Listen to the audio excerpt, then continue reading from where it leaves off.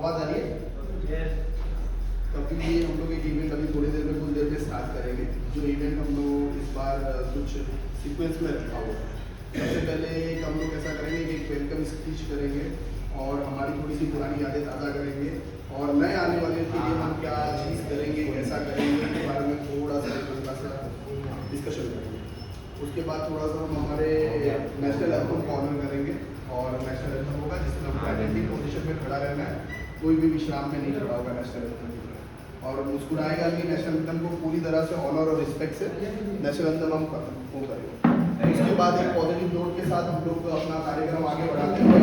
हम लोग हमारे एक मेंबर को जो मोटिव हम लेके इस टूर्नामेंट में चल रहे हैं, उस टूर्नामेंट के लिए हम लोग हमारे ही एक मेंबर को अप्रिशिएट करेंगे, जो हमारा तीसरा सीक्वेंस होगा। उसके बाद हम ये खत्म होने के बाद उस अप्रिसिएशन के बाद हम लोग एक जो प्रथा है, जैसे कि IPL का सेकेंड एडिशन है और फर्स्ट एडिशन के बाद हमने ये डिसाइड किया था कि जो इनॉग्रेशन या ओपनिंग सेरेमनी होगी, इसमें जो डिफेंडिंग चैंपियन है वो टीम ये कप को इनॉग्रेट करेगी। तो पहले हम अपना मोटिव कंप्लीट करने के लिए अपने एक मेंबर एक पार्टिसिपेंट को अप्रिशिएट करेंगे। उसके बाद चेन्नई की टीम आके इस कप का इनॉग्रेशन करेगी, इस कप को ओपनिंग करेगी, जिसको अमित लीड करेंगे। अमित अपनी टीम के साथ आएंगे और इस कप को लीड करेंगे और लीड करने के बाद होगी और उसके बाद फिर अमित अपनी टीम के साथ वापस बैठेंगे। इसके बाद जो पांचवा हम लोग आएंगे, इसमें हम लोग ऐसा करेंगे कि जो मोटिव है ये टूर्नामेंट चलाने का, जो हमारा मोटिव है जिसके लिए हम कोशिश कर रहे हैं कि हमारी आने वाली जनरेशन और हमारी चलती हुई जो जनरेशन है एक अच्छा हम उद्देश्य दे सके, हम अपना मायना बन सके जिस चीज़ के लिए, वो मोटिव के लिए हम सभी मेंबर्स और सारे प्लेयर्स ये सब हम मिलकर एक ओथ लेंगे, एक शपथ लेंगे, कसम लेंगे, वचन लेंगे, जिसमें हम सबको लेना है और सिर्फ लेना नहीं, जो करके दिखाना है, ये हमारा छठा होगा।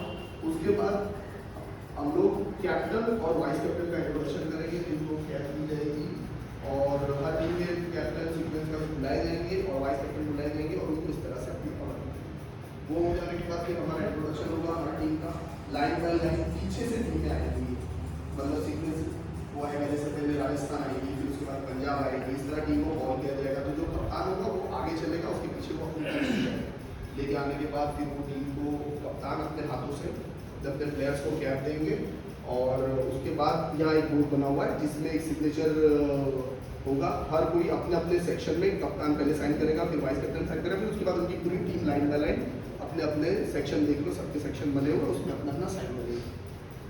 उसके बाद यहाँ से हम लोग इसको स्टॉप करेंगे और जो भी ये फिर अभिजीत भैया के पास जाएगा और अभिजीत भैया जो है आगे के जितने भी लॉज है, टर्म्स एंड कंडीशन है, हमको किस तरह खेलना है, क्या रूल्स है, क्या रूल पे पेनल्टी लगती है, क्या रूल पे फाइन आता है, क्या चीज़ अलाउ है, क्या चीज़ डिसअलाउ है, वो सारी चीज़ें वो डिस्कस करेंगे, ब्रीफ करेंगे अपने को। और उसके बाद छोटे मोटे मतलब अगर आप लोग के दिल में कुछ ऐसा रह जाता है कि कुछ क्वेरीज है जो नहीं समझ पाए, वो करने के बाद अपने इसको पीसफुली एंड कर सकते हो। इस तरह से अपना एक प्लानिंग है, देखते हो किस तरह होता है और कोशिश करेंगे अच्छी से।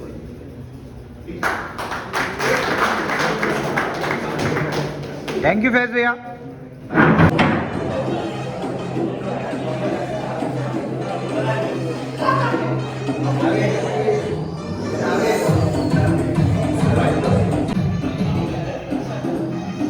रहमान भाई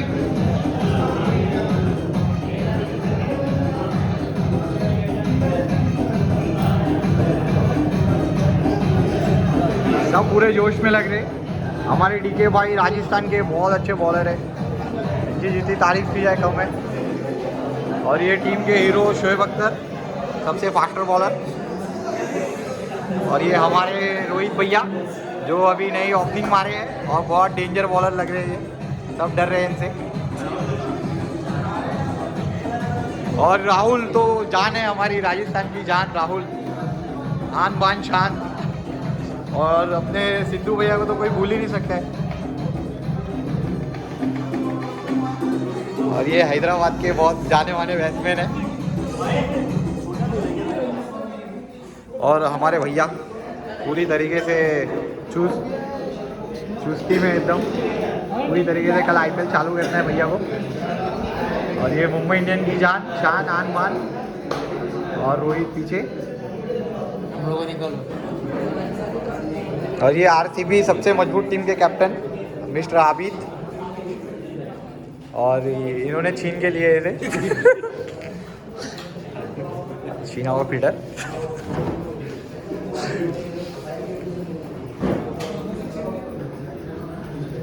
फैज भाई ये पिछले साल हमारा पहला एडिशन था, तो जहाँ पर हमने मतलब हमारी टूर्नामेंट की खासियत ऐसी कि हम किसी भी तरह का जो मदद होता है वो न लेते हुए अपने आप ही खुद को ये टूर्नामेंट जो हमारा सक्सेस करके दिखाते हैं। तो इस साल हमारे साथ एक कंपनी जुड़ी जिनको ये जो हम उद्देश्य कर रहे हैं ये सारी चीज़ों को बहुत पसंद आई। तो रैपिडो करके कंपनी है जो अभी यहाँ पे मुंबई में नई लॉन्च हुई है। इनका बेसिकली हैदराबाद, बैंगलोर में बहुत सारा काम चल रहा है। जैसे हमारा उबेर और ओला का जो टैक्सी होता है, जैसे इनका बाइक का वो ये है मतलब बाइक टैक्सी जैसे है। तो उन्होंने हमें इस साल हमारे इस टूर्नामेंट को स्पॉन्सर किए हैं सारे ट्रॉफी। तो कुछ जोरदार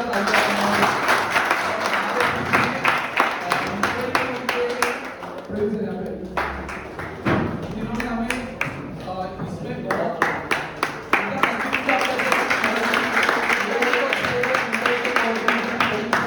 वो हमारे यहाँ पे बीच में आए हैं, तो हम हमारे क्लब की ओर से उनका यहाँ पे मैं स्वागत करता हूँ।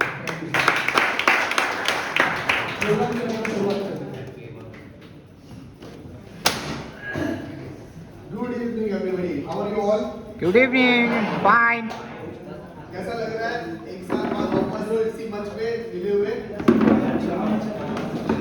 चलो, वैसे I am so grateful to welcome you all for this opening ceremony of IPL second edition 2022 of Vadimandra Underarm Cricket Club. I really feel privileged to open this event and stand here.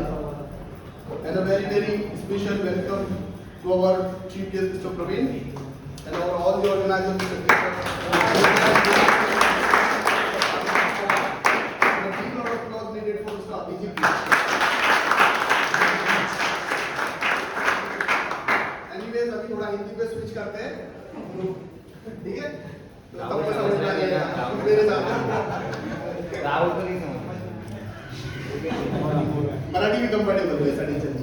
तो अब एक साल का पूरा अरसा निकल गया है, जिसको हमने एक साल पहले बहुत ही पीसफुली और बहुत ही बेहतरीन तरीके से हमने आईपीएल किया, जिसमें बहुत सारे लोगों को इसका श्रेय जाता है। आप सब लोगों का टेम्परमेंट, आप सब लोगों का गुस्सा, आप सब लोगों का पेशेंस जिसमें नजर आया, और बहुत ही अच्छी तरीके से लास्ट ईयर का इवेंट हमने कंप्लीट किया।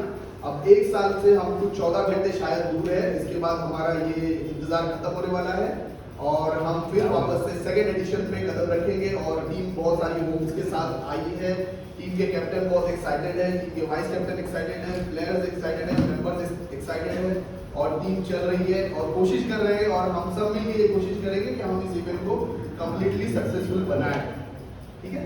और ये जो इवेंट है ये हम क्रिकेट, फन, टूर्नामेंट, फिटनेस और इसके साथ साथ हम एक मोटिव लेके चलते हैं इस टूर्नामेंट के साथ, जिसमें हम ये कोशिश करते हैं कि हम हमारी जनरेशन्स को, हम हमारे प्रेजेंट पब्लिक को ये कोशिश करते हैं कि हम जो है नशा मुक्त की ओर एक कॉन्सेप्ट लेकर चलेंगे हमारे साथ, जिसमें हम ये मोटिव रखेंगे कि नशा किसी तरीका का भी हो, गुटखा, पान इत्यादि, सिगरेट, चरस, गांजे, अफीम, दारू, शराब, इसको हम कोशिश करेंगे कि ये हमारा मोटिव है, ये उद्देश्य है हमारा कि हम इस टूर्नामेंट के तहत उन लोगों को भी मैसेज करें और ये मैसेज उस तक पहुंचाए कि हमको इसको रोकना है और करना है। तो सारी की सारी टीम, सारे मेंबर्स एक्साइटेड है इस टूर्नामेंट के लिए? यस। कौन सी टीम जीतने वाली है? राजस्थान रॉयल। जोश बहुत ठंडा है, सिर्फ केकेआर के लोगों ने हाथ उठाया।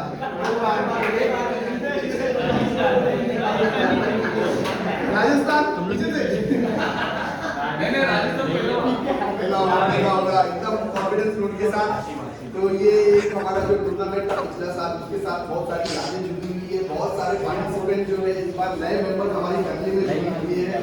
हम वापस से एक बार फैमिली की तरह खेलेंगे और इतना बड़ा इवेंट हम पीसफुली ऑर्गेनाइज करेंगे अभिजीत भैया के अंडर, और कोशिश करेंगे कि इसको एकदम सक्सेसफुल बनाएं और अपने अपनी सलाहियतों का मुजाहरा करें, अपने अपने स्किल्स को ग्राउंड पे दिखाएं, ठीक है? और कोशिश करेंगे कि पूरे टूर्नामेंट में हमको जो भी जवाब देना है, जो भी सवाल करना है, हम हमारे क्रिकेट बैट और क्रिकेट बॉल से करें, ना कि हमारी जबान से करें और ना हम उसको।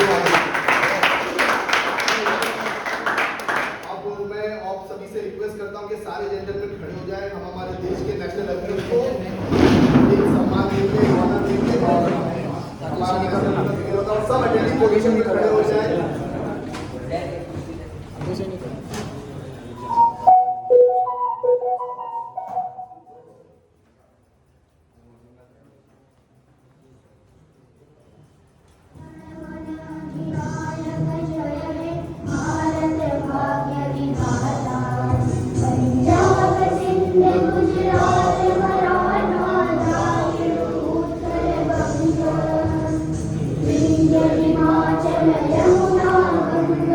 उच्छलति तिरंगा शुभ नामे जागे तब शुभ आशीष मांगे गाए जय गाथा जन गण मंगलदायक जय हे भारत भाग्य विधाता जय हे जय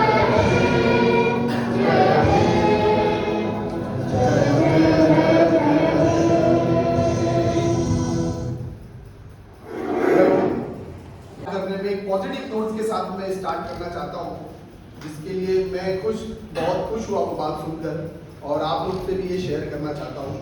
उस पॉजिटिव नोट को स्टार्ट करने के लिए मैं आप लोग को एक कहानी सुनाता हूँ। एक जंगल था, जंगल में राजा शेर था, हाथी थी, शेर हाथी हिप्पोपोटामस बहुत बड़े बड़े जानवर और सब मिलजुल के एक साथ रहा करते थे। कुछ ऐसा हो गया कि बहुत दूर पे एक पहाड़ था जो रेत का पहाड़ था। वो रेत के पहाड़ से उन जानवरों की दुश्मनी हो गई। तो रेत के पहाड़ ने सोचा कि मैं इनको सबक सिखाऊं, इन सारे जानवरों को सबक सिखाऊं और उसने तूफान से मदद मांगी और पूरा का पूरा रेत का पहाड़ जंगल के चारों तरफ घेर दिया।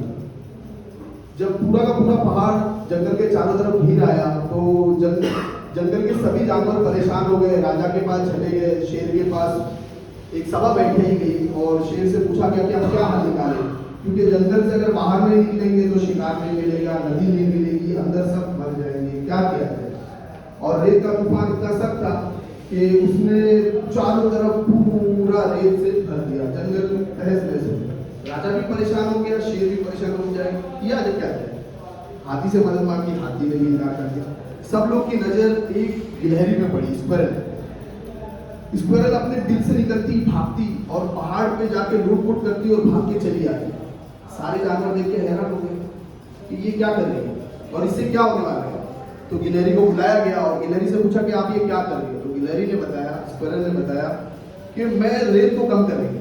तो सब हंसने लगे कि यार इतना बड़ा पहाड़ है और तुम्हारे जाके आंख पे थोड़ा सा बालू रगड़ लेने से और आके झटकने से रेत कैसे कम होगी। तो बोली मैं कोशिश तो कर रही हूँ। ऐसे ही हमारे एक मेंबर है हुसैन भैया जो KKR से इस वक्त खेल रहे हैं। इन्होंने पिछले साल हमारे साथ एक शपथ ओथ सेरेमनी में शपथ ली थी कि कोई एक आदत ऐसी जो आदत टीवी देखने की हो, मोबाइल देखने की हो या जो भी आदत हो, उन्होंने एक शपथ ली थी कि इसकी मैं कोशिश करूंगा और मैं ट्राई करूंगा कि ये चीज़ मेरे अंदर से खत्म हो जाए और मैं कोशिश करूंगा दूसरों को भी नहीं करने दूंगा। तो उन्होंने ये साल भर तक उस चीज़ को अवॉइड किया और उन्होंने बहुत ही बढ़िया कोशिश की जो काबिल तारीफ और क्लब के लिए।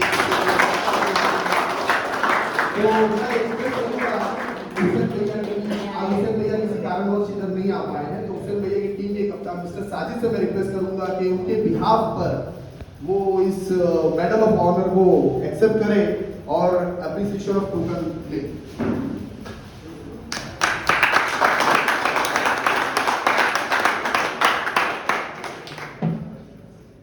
क्या कर रहे हैं? हुसैन भैया ने वो स्क्वायरल वाला काम किया है जिसने पहाड़ जैसे रेत को गिराने की कोशिश की है।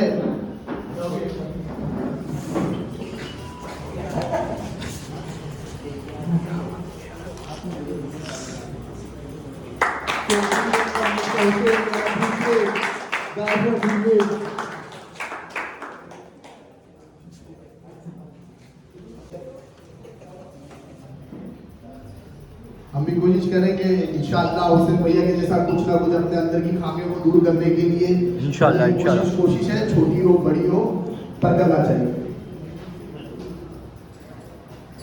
अब हम आगे बढ़ते हैं हमारे कप इनॉग्रेशन की ओर। जितने जितने नए मेंबर आए इनमें से कोई बता सकता है लास्ट टाइम का विनर कौन था?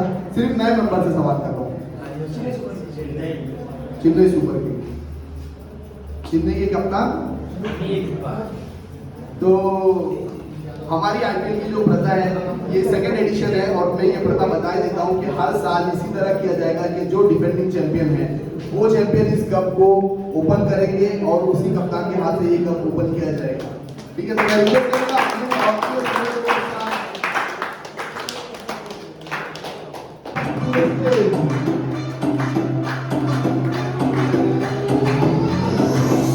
DJ Ashish Bricks.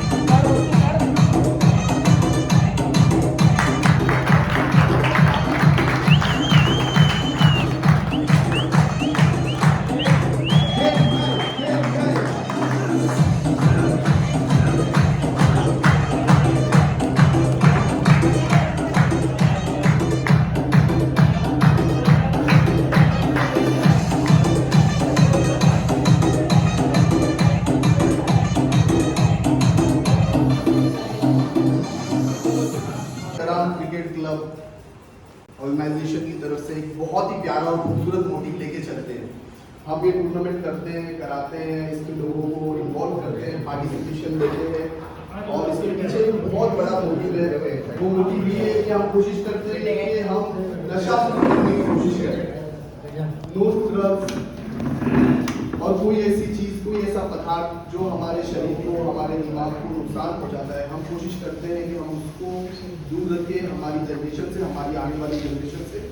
तो मैं सभी से एक रिक्वेस्ट करूंगा कि सब लोग खड़े हो जाएं, हम लोग शपथ लेंगे जो आगे के लिए, इस टूर्नामेंट के लिए और हमारी आगे की लाइफ के लिए।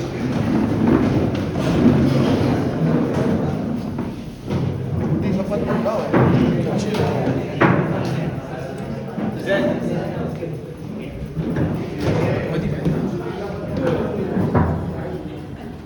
हम लोग सब मिलके आज ये वचन देंगे। मैं बोलूंगा, आप लोग मेरे पीछे उस शपथ को रिपीट करेंगे। ठीक है, सब अटेंटिव और कोई भी मस्ती मजाक ना करे, रिक्वेस्ट ना हंसी ना कुछ। ये बहुत ही सीरियस और ये हमारा सबसे मेन कॉन्सेप्ट यही है इस टूर्नामेंट का, इसको ध्यान में रखें।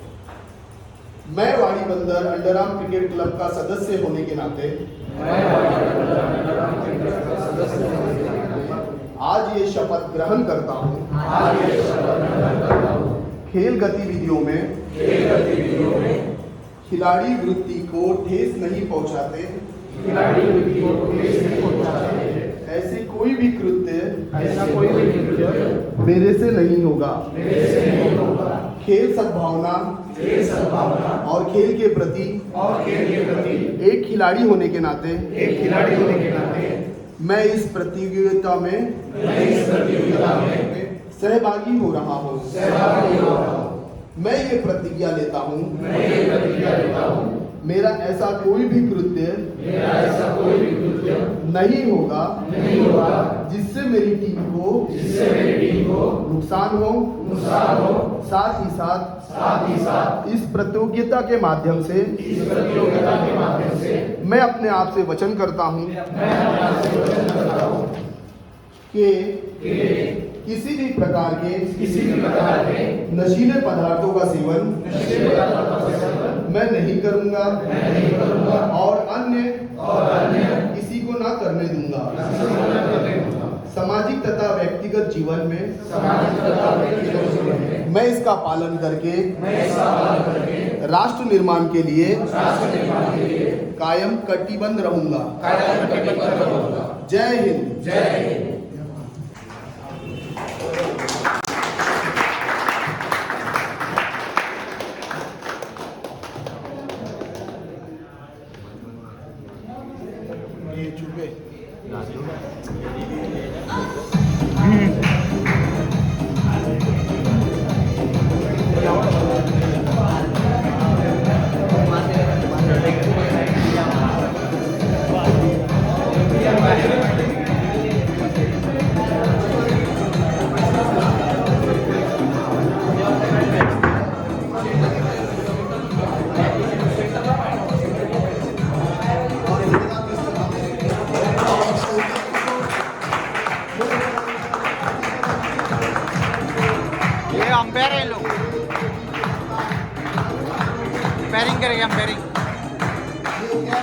ये लोग अंपायर है, अंपायर, अंपायरिंग के कैप में ये लोग अंपायर है।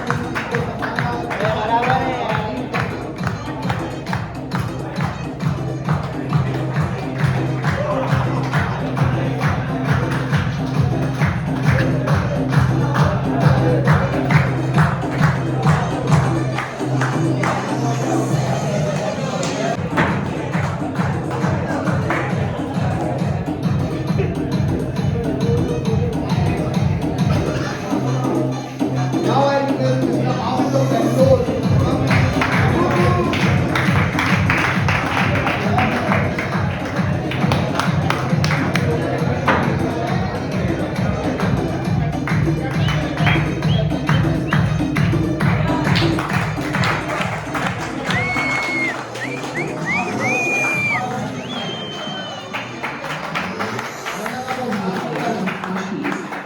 अंपायर है लोग,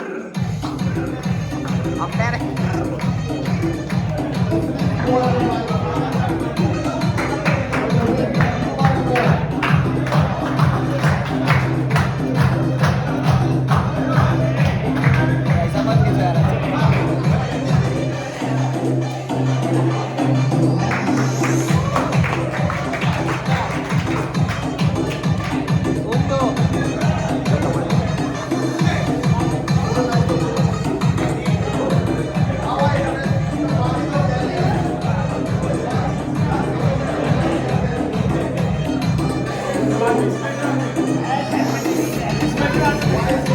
अरे मेरा फोटो खींचने के टाइम पे मिस क्या आते मेन कैमरा ये।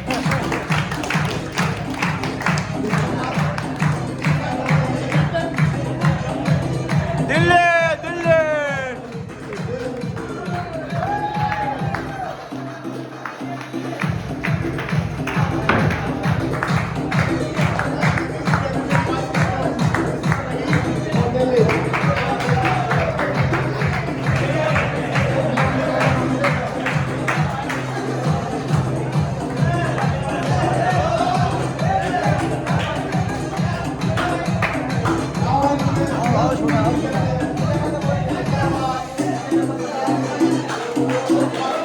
Hyderabad Hyderabad Hyderabad. Oh my God, oh my God.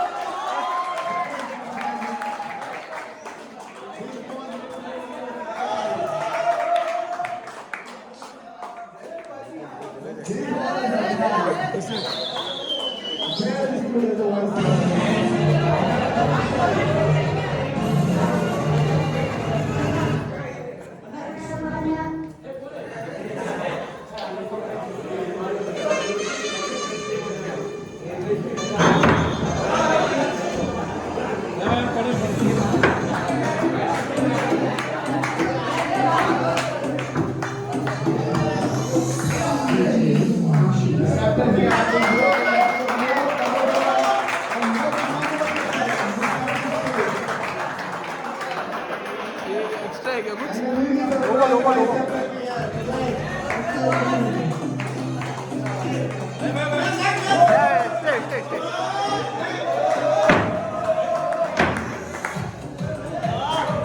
ये बार हैदराबाद को कौन बचा सकता है? वाइस कैप्टन है, वेरी डेंजरस वाइस कैप्टन।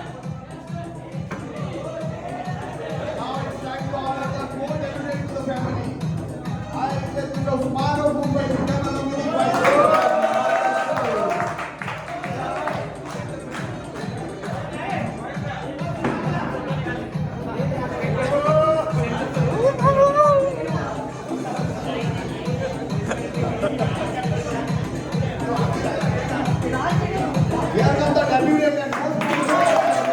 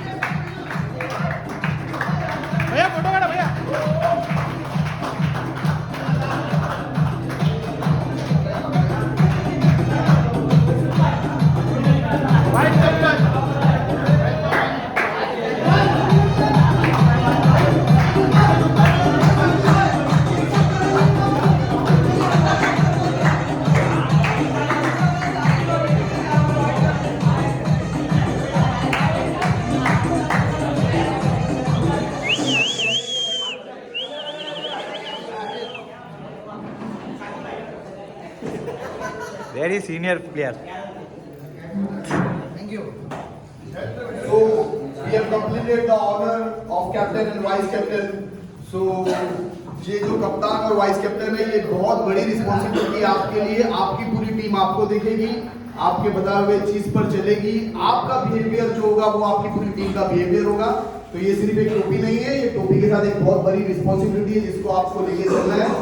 हम बहुत बहुत धन्यवाद करते हैं और बहुत बहुत बधाई देते हैं उन लोगों को जो इस बार वाइस कैप्टन बने, जो इस बार कैप्टन बने, उन सभी को. और एक उम्मीद रखते हैं आप लोगों से कि एक टूर्नामेंट को कामयाब बनाने के पीछे आप लोगों की बहुत जरूरत है और सपोर्ट है, और वो रहेगा आप लोगों का. जो पूरे टूर्नामेंट की जान है उनको हम ऑनरशिप करेंगे, उनको अप्रिशिएट करेंगे. हम स्टेज पे बुलाना चाहेंगे अंसारी भैया को, जो हमारे अंपायर मेंबर्स में से एक है.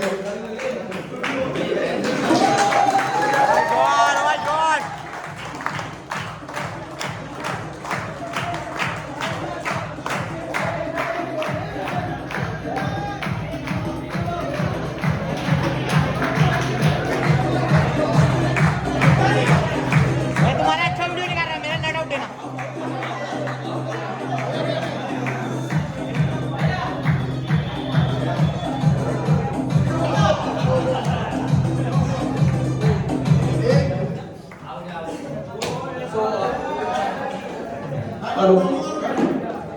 हमारे अंपायर टोटल 4 है, बट यहाँ पे सिर्फ एक ही अंपायर को हमने अभी यहाँ पे इंट्रोड्यूस किया है.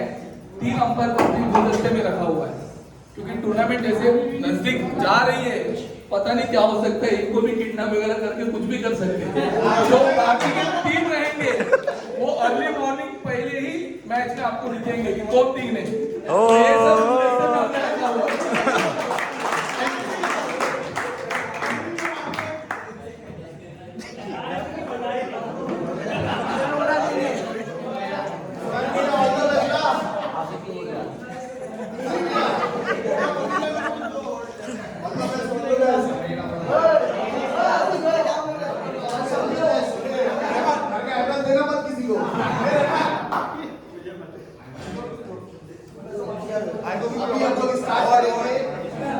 आप कुछ कहना चाहते हैं?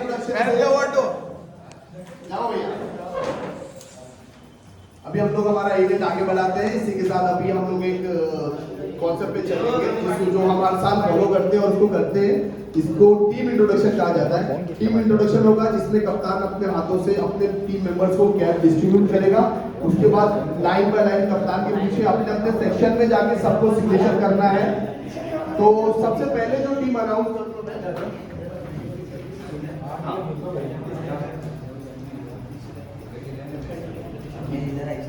तो हम लोग अभी एक म्यूजिक प्ले करेंगे और टीम को अपनी म्यूजिक के बाद प्लेयर को दरवाजे के पीछे चले जाना है. दरवाजे के पीछे चले जाना है म्यूजिक बजते ही, और फिर वहां से एंट्री लेना है जिसको हम लोग अच्छे से कैप्चर करेंगे वो चीज. ठीक है. और कैप्टन से सभी रिक्वेस्ट है कि जो आपको कैप दिए है ना, उसको निकालना नहीं है. जब अभी आपके प्लेयर्स आएंगे उनका इंट्रोडक्शन होगा तो वो आपके कैप भी आपके सर के ऊपर होने जरूरी है. सुनिए ना, एक हार्डली 10 या 15 मिनट का ही हमारा इवेंट बचा हुआ है, तो प्लीज कोऑपरेट कीजिए.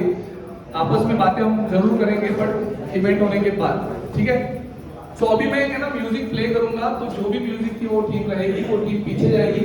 पीछे से यहाँ से ऐसे आगे आएंगे और फिर जो उनके कैप्टन रहेंगे वो उनको उनकी टीम की जो टोपी है वो पहनाएंगे और फिर उनका इंट्रोडक्शन यहाँ से करेंगे. ठीक है. तो पहले टीम अभी जा रही है हमारी. कौन हो सकती है?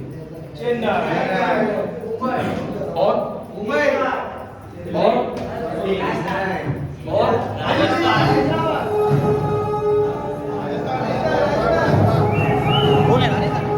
भाई कैमरा पकड़, कैमरा पकड़ो, आपको आना पड़ेगा ना.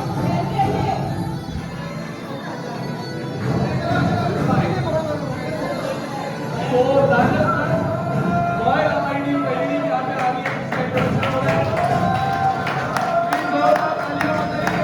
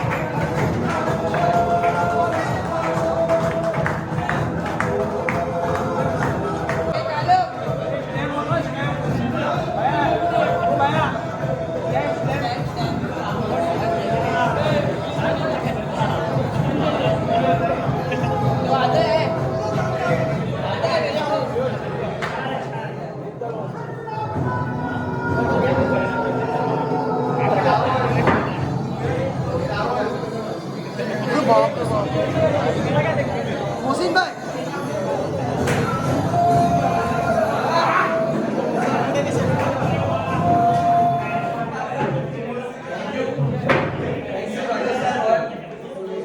बेस्ट विशेष आपको जो आने वाली टूर्नामेंट है उसके लिए नेक्स्ट टीम हमारी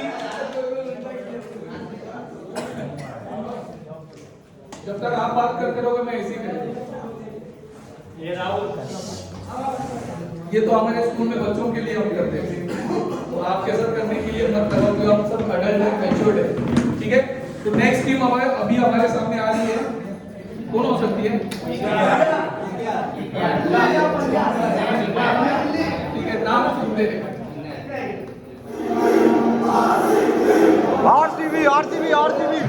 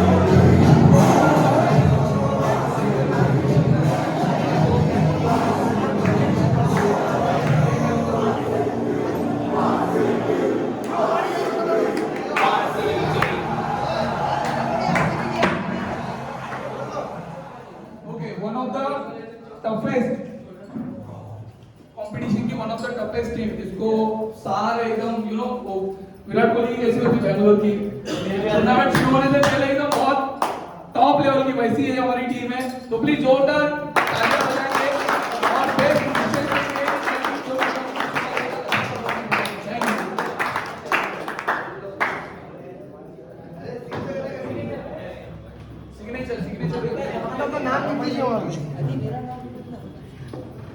पहुंच के फोन कर मैं आता हूँ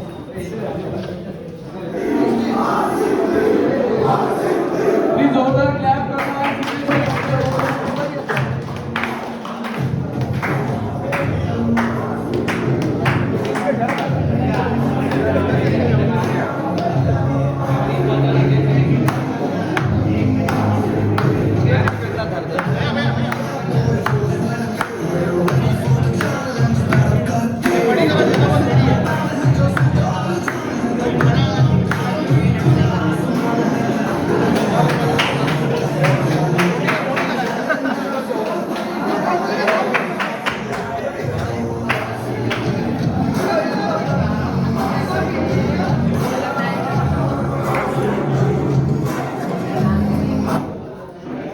थैंक यू।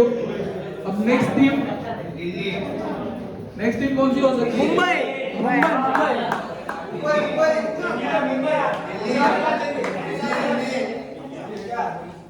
क्या वीडियो भेज देना हाँ सेव हो जाएगा तो भेज देना है निकालो मेरा निकालो ना भाई मैं आया नहीं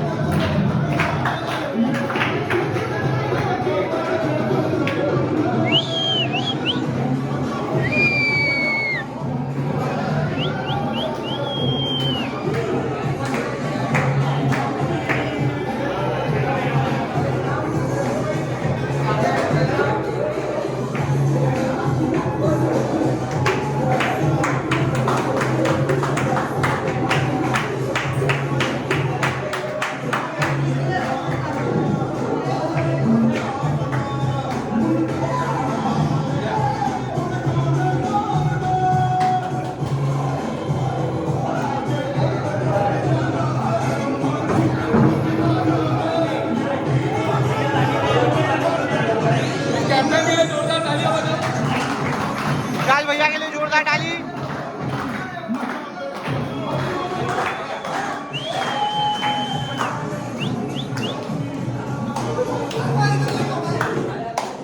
पंजाब की टीम के बारे में मुझे लास्ट ईयर के प्लेयर्स को तो शायद पता ही होगा, कुछ अलग से बताने की जरूरत नहीं है। 2 संडे के बाद जो तीसरे संडे इनका परफॉर्मेंस था, वो शायद अगर इस साल वो कैरी किए तो ट्रॉफी समझ लीजिए पंजाब का ही है। वो पंजाब टीम को हमारी क्लब की ओर से थैंक यू।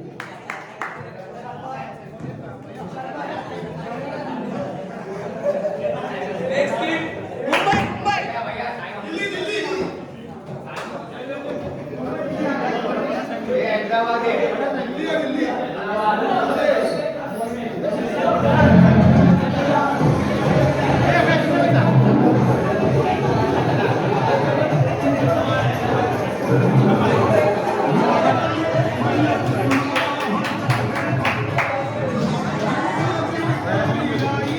भैया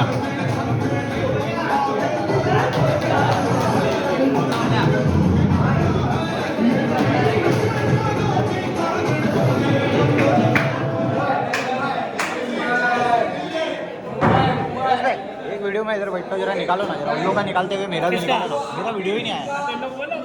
ये कुछ मिनट के लिए नहीं होनी चाहिए, हमारे लिए साथ कायम होना चाहिए, ठीक है। तो नेक्स्ट टीम अभी कौन सी हो सकता है? Mumbai MI Mumbai. Okay, so let's see, देखते हैं कौन सी टीम है।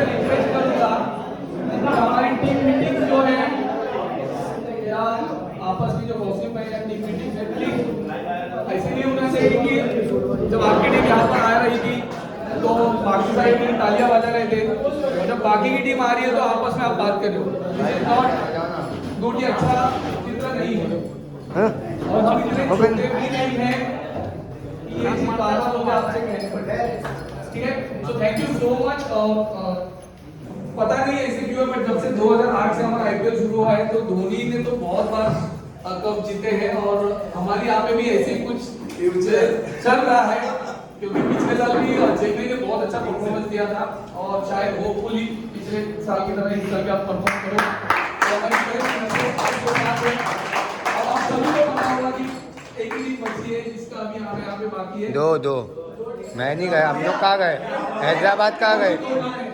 दिल्ली और हैदराबाद दिल्ली हैदराबाद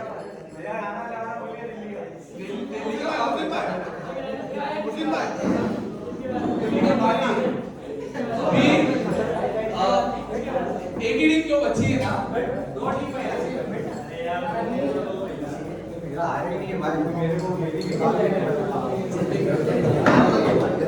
सच में तो डर गया था आपको सच बताओ मैं अभी डर गया इसलिए क्योंकि वो एक सेट जो है ना पीछे गिर गया था तो मैं बोला ये दिल्ली वाले तो भी खड़े हो गए बोला टोपिया का गई कहाँ गई थी मिल गई तो अभी दो टीमें यहाँ पे हैं तो उसमें से एक टीम अभी यहाँ पे आएगी जाने वाला है तो जाने वाला है मेरा दिल्ली की है अभी मेरी दिल्ली दूर है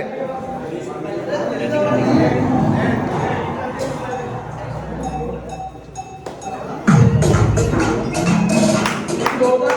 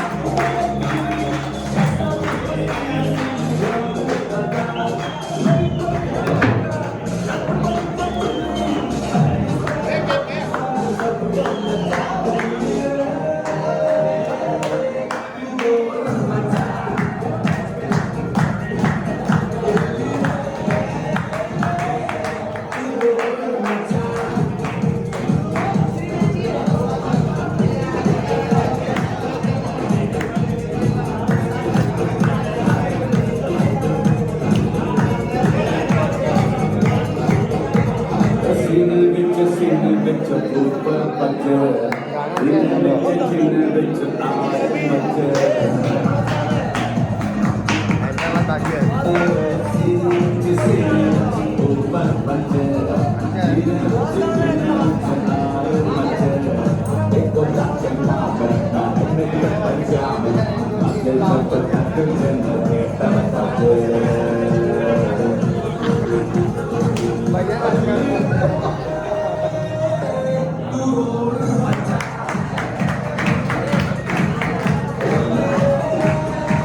सिग्नेचर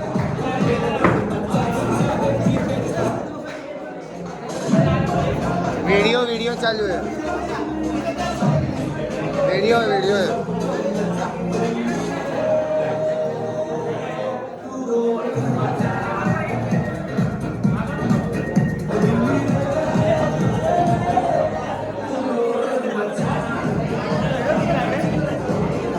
अयान भाई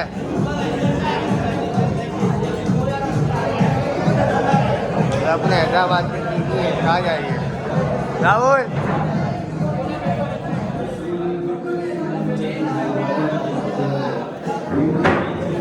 इधर देखो इधर देखो तो मन भाई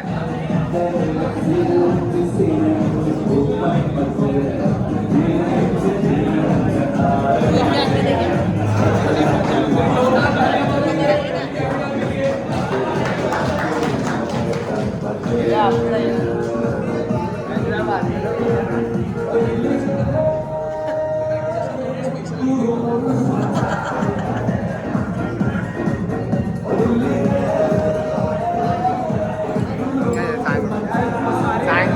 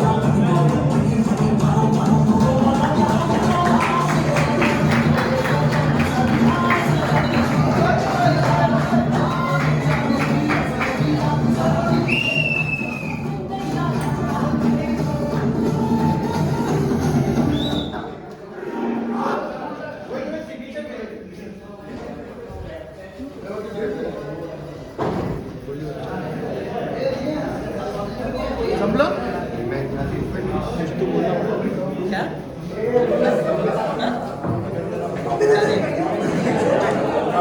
ओके प्रोग्राम अभी खत्म नहीं हुआ है, सो प्लीज ए जय ले पकड़ अभी यहाँ पे सारे कैप्टन जो है वो आगे आएंगे। सारे कैप्टन की जो इंट्रोडक्शन हुई है, प्लेयर्स के इंट्रोडक्शन हुए हैं, अभी सारे कैप्टन अपनी टीम की ओर से एक मैसेज हम सारे प्लेयर्स को पूरी टूर्नामेंट को देते हैं हर साल, वो अभी शुरू होने जा रहा है। तो प्लीज कैप्टन आप आगे आएंगे।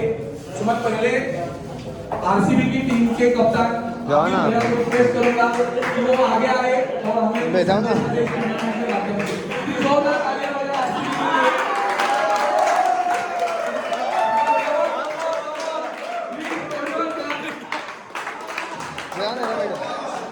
बैठो ना।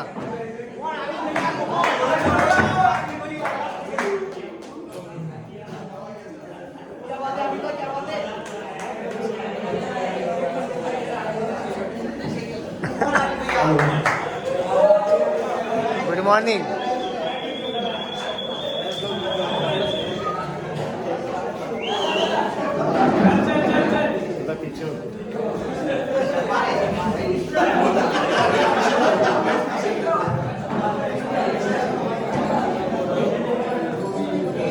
Hello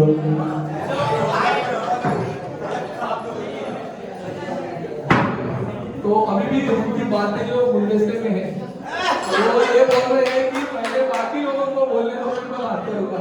it's okay. ये भी एक स्ट्रेटेजी होती है, राजस्थान गेम प्लान होता है।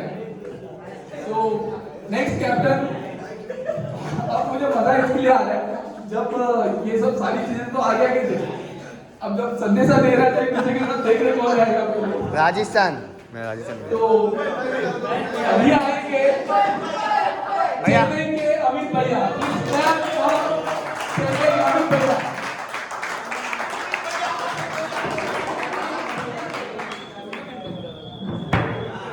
Good evening everyone. माइक नजदीक। तो अभी हम इस बार अभी चेन्नई लास्ट टाइम के डिफेंडिंग चैंपियन है, हम लोग ये बार भी हमारा बेस्ट देंगे। मैं एक्सेप्ट करता हूँ मेरे सारे प्लेयर से कि ये बार भी हम लोग बेस्ट ही देंगे।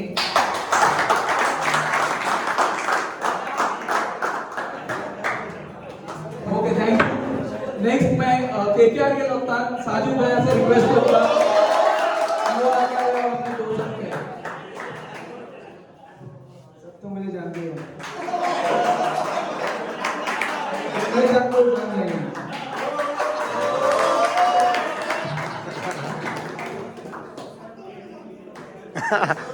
भूल गए। सब टीम को मेरी तरफ से मैच विशेष, मेरे सामने जो आएगा उससे मैं तड़के लड़ूंगा।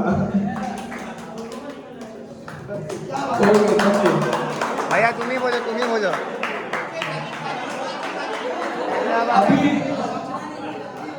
अभी दिल्ली के माजिद भैया से रिक्वेस्ट करूंगा कि वो आगे आए।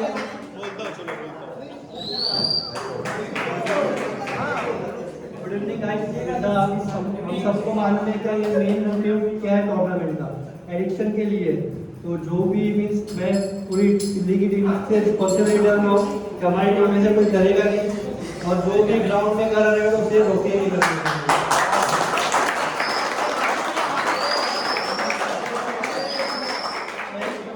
हम देख रहे हैं न्यू एडिक्शन मोबाइल का आया, बच्चे लोग मोबाइल एंड गेम में ज़्यादा एडिक्ट हो रहे हैं। तो वो भी हम घर पे या हमारे जो भी भाई बहन छोटे हैं उसके लिए भी रोक सकते हैं एडिक्ट करने के लिए। Thank you. अलग ही लेवल लग रहा है क्योंकि बहुत अच्छा मैसेज दिया उन्होंने कि एडिक्शन को लेकर जो अवेयरनेस हम यहाँ पे कर रहे हैं इस टूर्नामेंट के माध्यम से, तो उन्होंने बहुत अच्छा मैसेज दिया है कि इसकी शुरुआत वो अपने टीम से करेंगे और एज अ टीम लीडर वो कह रहे हैं कि हमारी पूरी टीम इसकी शुरुआत करेंगे, हम नहीं करेंगे, हम किसी और को भी नहीं करने देंगे। और जो हमने ओथ ली है उस ओथ से रिलेटेड उन्होंने स्पीच किया है। Thank you so much Majid भैया। नेक्स्ट आएंगे हैदराबादी मुंबई के उस्मान भैया। Mumbai mini Rohit Sharma.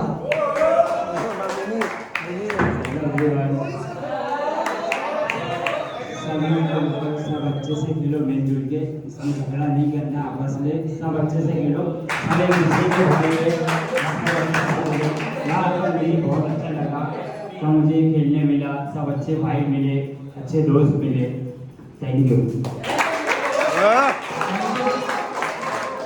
Thank you so much. Usman भैया ने जो बात कही है ना कि एक फैमिली है, एक दोस्त है, भाई मिले, तब हमने शुरू किया था। तो मुझे याद है अभी भी 3 साल पहले, 3-4 साल पहले हमने इस क्लब की शुरुआत की थी।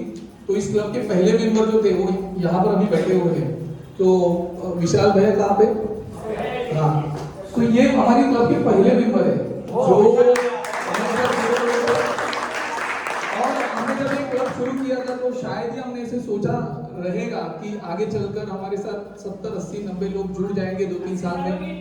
So thank you. और ये सच बात है कि थोड़ा सा मैं अलग बात कर रहा हूँ कि ये रियलिटी है कि हमारा जो क्लब है, हमारी जो टूर्नामेंट है ना, एक अलग लेवल का एक उसका होगा है। क्योंकि अगर हम देखेंगे जैसे त्योहारों में होता है ना, हम त्योहारों की कैसी तैयारी करते हैं, प्लीज हम त्योहारों की कैसी तैयारी करते हैं, पूरे सब इकट्ठा आते हैं, बहुत सारी बातें होती है, बहुत सारी प्लानिंग्स होते हैं, बहुत सारी चीजें होती है और उसका एक्साइटमेंट बहुत ज्यादा होता है। जैसे कि हम लोग कल अभी ईद है या कल कुछ दिवाली है कुछ होता है तो पहले दिन हमारा बहुत एक्साइटमेंट रहता है कल के लिए। तो सेम हमारे इस इवेंट को भी लेकर ऐसे होता है। आज रात को देखेंगे तो बहुत सारे लोगों को नींद भी नहीं आएगी, हो सकता है सुबह 3-4 बजे उठ के तैयार हो जाएंगे, अरे 8 बजे मेरा पहला मैच है। तो ये सच में बहुत अच्छी ब्यूटी है हमारे इस क्लब की। अगर हम देखेंगे ना तो हम बोलते हैं ना कि 5 उंगलियां सीधी नहीं होती है, ऐसे हर परिवार में होता है। कोई नटखटा होता है, कोई गुस्से वाला होता है, कोई कैसे होता है, कोई शांत लोगों का होता है। ये सारे लोगों को लेकर चलना जो घर होता है ना, जैसे भाई ने कहा कि एक घर है, भाई मिले, तो ये सारी चीजें हमारे क्लब में होती है। ये होने के बावजूद भी हम इस क्लब को एक अलग लेवल पर लेकर चल रहे हैं। दैट मीन ये हमारे अपने आप की एक बहुत बड़ी अचीवमेंट है। So thank you so much everyone. जो गुलदस्ते में बातें थी, अभी तो बात आएगी क्योंकि सही काम करना है, ऐसे भी काम करना है, ट्राई कर रहा हूँ। अभी भैया लोग प्लीज वो आगे बात करेंगे।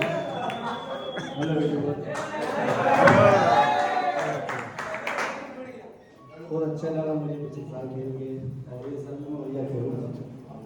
गाँव में मेरी टीम में पहले से काफ़ी अच्छी टीम हुई थी, और जो छूट गया था पिछले साल उसको पूरा करूँगा।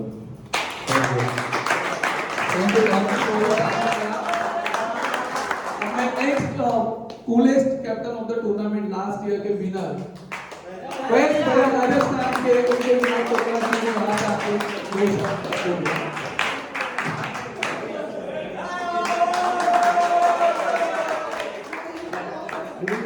वैसे तो आप लोग को आज 2-3 घंटा मैंने अच्छे से बोर कर दिया है, इसलिए मैं और नहीं मजा आया। कहानी सुनाना चाहता हूँ मैं आपको, जिसके मैं एक मैसेज पहुंचाना चाहता हूँ एक कहानी के जरिए। मैं रास्ते में जा रहा था मुस्तफा बाजार में, एक भंगार चुनने वाला मुझे दिखा जो कंधे पे पोटला लिए हुए कुछ भंगार चुन रहा था, बहुत थका हारा था और एक जगह थकार के बैठ गया।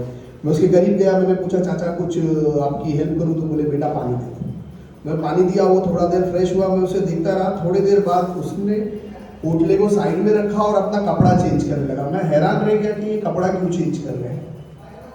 देखा तो वो एक शर्ट पैंट में आ गया और वो पोटला उसने, एक उसकी जगह थी जो किधर गैरेज थी वो बंद थी, उसके बाजू में उसका अपने भंडार का सामान रखा और कपड़ा चेंज करने लगा। मैं बहुत हैरत ज़दा हो गया और मैं परेशान हो गया, एकदम सस्पिशियस हो गया और बहुत ही एक्साइटेड भी हो गया कि क्या चीज़ है, एकदम क्यूरियस हो गया। तो मैंने उससे जाके पूछा, बोले चाचा अभी आप एकदम थके थे? तो बोले अब ये क्या था, आप पूरा चेंज करके घर पे जा रहे हो और ऐसा लग रहा है कि कोई बैंक से आए हो या कोई क्लर्क का काम कर रहे हो। तो अंकल ने मुझे बहुत ही अच्छी बात बताई। उन्होंने बताई कि मैं ये काम करता हूँ ताकि मेरे घर का रोजी रोटी चले, लेकिन जब मैं घर जाता हूँ तो मैं चेंज करता हूँ, मैं एक झूठ का सहारा देता हूँ, लेकिन मेरे पास ऑप्शन नहीं है इसके अलावा, ताकि मेरे जो बच्चे हैं उनके ऊपर ये इंप्रेशन है, उनको लगे कि मुझे मेरे बाप से आगे जाना है। तो मैं उन सभी हमारे दोस्तों से, भाइयों से रिक्वेस्ट करता हूँ कि जो गुटखा पान तंबाकू खाते हैं वो इस चीज़ को छोड़ दे और इस चीज़ का देखें कि उसका इम्पैक्ट हमारी फैमिली, हमारी जनरेशन, हमारे बच्चों पे क्या आता है।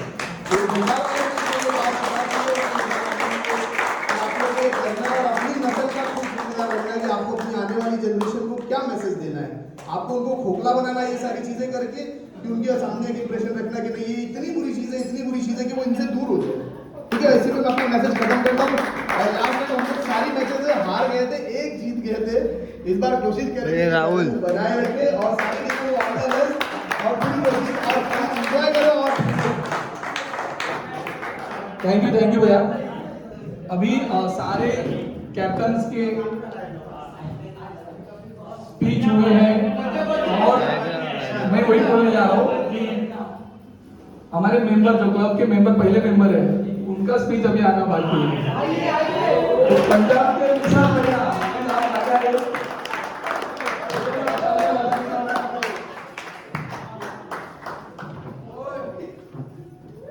हेलो, मैं निशान भैया से रिक्वेस्ट करना चाहता हूँ कि वो स्टेज पे आए प्लीज। आप लोगों को बता दूं, शुरुआत से 2019 में हमारा मेरे सच्चे रक्षक वहाँ था पाइकला में, रानीबाग में। तभी से लेके अब तक हमारे साथ भैया जुड़े हैं और पहले से भी जुड़े हैं। लेकिन एक आईपीएल में जो योगदान किया है भैया, दीपक भैया ने और अभिजीत भैया ने, और उस जगह पे इतना अपने को खेलना, उतने जगह पे बाहर से जगह पे जाके खेलना, वो भैया की वजह से नहीं होता कुछ। उसके लिए बहुत शुक्रिया। और मैं बोलना चाहता हूँ कि हमारे नए प्लेयर जो आए हैं शिवड़ी से, जो शिवड़ी से प्लेयर है, जो जकेरा के और जो जुड़े हैं प्लेयर, और वाणी बंदर के प्लेयर है, जो मानपुर में रहते हैं, जो वासीनाका में रहते हैं, इतना दूर से चाहते खेलने के लिए, वो जज्बा है। वो आईपीएल में, अपने आईपीएल बोले तो इनक्रेडिबल प्रीमियर लीग अपना ऐसा है, वो इंडियन प्रीमियर लीग नहीं, वो इनक्रेडिबल प्रीमियर लीग, उसका थीम भैया ने ऐसा रखा है। हमने भी सोचा था गए साल 2020 में, सॉरी 2021 में, इनक्रेडिबल में यानी क्या, तो ये है इनक्रेडिबल क्या है ये किसको भी पता नहीं। और ये ना मस्को में जैसे हमारे ना एक डिलीमा स्वीट प्रीमियर लीग होता है, एक दारूखाना सुपर लीग होता है, और एक अभी नया शिवड़ी प्रीमियर लीग ये भी हुआ है।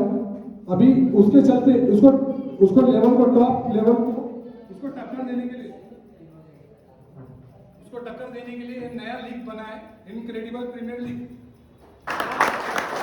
और उसको टक्कर देने के लिए बना है ये लीग। और ये लीग और फेमस होगा। जैसे अभी नया आईपीएल आया है, उसमें 10 टीम है, नेक्स्ट टाइम 10 टीम भी रहेगी और प्लेयर भी जुड़ेंगे। और भैया से मैं ये रिक्वेस्ट करना चाहता हूँ कि सब्स्टिट्यूट एक रखना है, जहां 8 किए वहां पे 9 रखो, वो टेंशन कैप्टन के लिए टेंशन देना पड़ता है। इसलिए आप लोग प्लीज भैया एक प्लेयर नेशनल से रखा होगा। Thank you.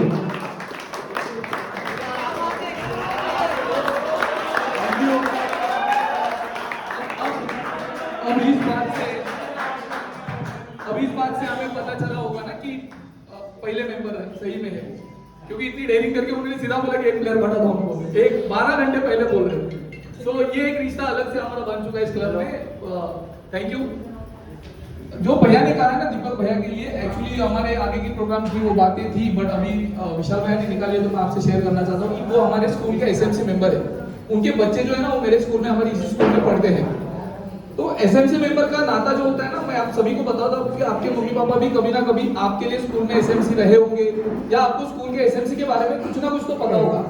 तो उनका नाता सिर्फ स्कूल के संदर्भ तक ही होता है, मतलब वो बच्चों के पढ़ाएंगे या बच्चों के स्कूल तक ही उनका रिश्ता है। बट ये जो हमने कम्युनिटी में प्रोग्राम शुरू किया है, तो उनके बच्चे तो यहाँ पे है ही नहीं ना, वो तो छोटे छोटे, आप सभी जानते हो, मल्ला और युक्ता जो आते कभी हमको पानी देने वगैरह। तो उन बच्चों को एक्चुअली मुझे थैंक यू बोलना था, बट अनफॉर्चुनेटली कह दीजिए कि वहाँ पे प्रोग्राम नहीं हुआ। बट इस क्लब में ना हमारे साथ बहुत सारे लोग जुड़े हुए हैं। आपने कभी देखा होगा किसी को बॉल लगता है, कुछ भी होता है, तो पानी छोटे बच्चे लेके आते हैं, वो वे कभी ग्लास भर के लेके आता है, कभी मल्ला लेके आता है, तो बहुत सारे लोग ऐसे जुड़े हुए हैं। तो दीपक भैया भी उसमें से एक है। शायद वो हमारे साथ क्रिकेट नहीं खेलते, बट हम जब क्रिकेट खेलते हैं ना तो पूरी 360 डिग्री उनका व्यू रहता है। कोई ऑफिसर ना आए, कोई कुछ ना हो जाए, कहीं कोई कंप्लेंट ना कर दे, अगर कंप्लेंट कर भी दी तो फिर बहुत सारी वो हमारी दोनों की बातें चलती रहती है। आप लोगों को ऐसा लगता है कि अरे हम लोग बहुत फ्रीली खेलते हैं, बट हम दोनों को पता होता है कि क्या क्या चीजें हम मैनेज करके वहाँ पे बच्चों को खिला रहे हैं। So thank you so much भैया, हमारे साथ जुड़े रहे। मुझे याद है पिछले साल अमित का एक स्टेटमेंट था, जो नए प्लेयर है शायद उनको नहीं पता, बट जूनियर को पता है। उसने ये कहा था कि मैं इस लीग में खेल रहा हूँ, मेरे बच्चे भी खेलेंगे और उनके बच्चे भी खेलेंगे, तो ऐसे उनका स्टेटमेंट था कि ये सारी जनरेशन हमारी इस क्लब के लिए जब भी खेलेंगे दीपक भैया हमारे साथ खड़े रहेंगे। तो थैंक यू सो मच। अभी बहुत बहुत इम्पोर्टेंट जिसको लेकर सब लोग राह देखते रहते, वेट करते रहते, जिस चीज के लिए हमारी टूर्नामेंट जानी जाती है, वो नॉर्म्स रूल्स रेगुलेशन अब मैं बोलने जा रहा हूं। अब मसला ये होने वाला है, इवन हैदराबाद की भी बात कर रहा हूं मैं, जिनके प्लेयर 8 आए हैं 7 आए हैं ना, वो कंफर्ट हो जाएंगे कल। बट जिनके प्लेयर कम आए हैं, 3 आए हैं, 4 आए हैं, 5 आए, 6 आए, उनके कप्तानों की है ना, अब बोलते ना सर दर्द बढ़ने वाला है, क्योंकि जो हमारे नॉर्म्स रेगुलेशन जो है वो बाकी सारे, जैसे भैया ने कहा, तो विशाल भाई ऐसे रहेंगे जो सारी लीग खेलते, मतलब जैसे शफीक हो गया, ये लोग बहुत सारे मतलब प्रोफेशनल क्रिकेटर की तरह अंडरआर्म क्रिकेट खेलते हैं। हम तो चलो उधर ही खेल लेते हैं फन के लिए, बट वो प्रोफेशनल हर जगह पे क्रिकेट खेलते रहते हैं, तो उनको भी पता होगा। तो बाकी सारे लीगों में जो चीजें होती है ना, वो यहाँ पे कतई नहीं होती, और उस चीज के लिए हमारी जो लीग है ना वो फेमस है। अब जो नए प्लेयर है वो अभी सुनकर कल से नहीं करेंगे, बट जो जूनियर उनको पता भी रहेगा, बट जो आज आए ही नहीं है, वो आइंस्टाइन सब साइंटिस्ट जो घर पे बैठे हुए हैं, वही कल तुम्हारा सरदर्द करने वाले, ये वो तार जोड़ के।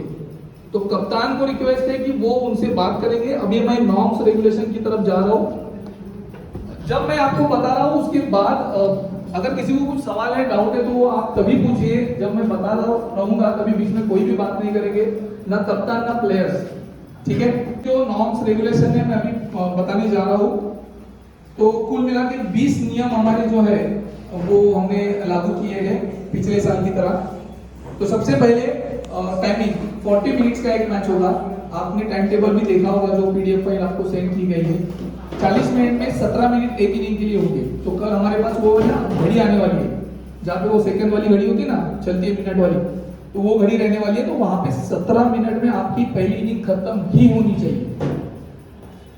1 मिनट आपको एक्स्ट्रा दिया जाएगा, ठीक है। अगर जो बॉलिंग करती रहेगी टीम, उसका अगर 17 का 18 होता है तो ठीक है, अगर 18 के ऊपर गया तो उनको पेनल्टी मिलेगी, ठीक है। अगर बैट्समैन को मतलब फील्डिंग करने वाली टीम को ऐसे लग रहा है कि बैट्समैन इंजर्ड हो गया है या कुछ अन्य प्रॉब्लम हो, तो वो टाइम आपका काउंट नहीं किया जाएगा, ठीक है। बट जो 17 मिनट आपको करने हैं, वो 17 मिनट में आपको 25 बॉल डालने ही है।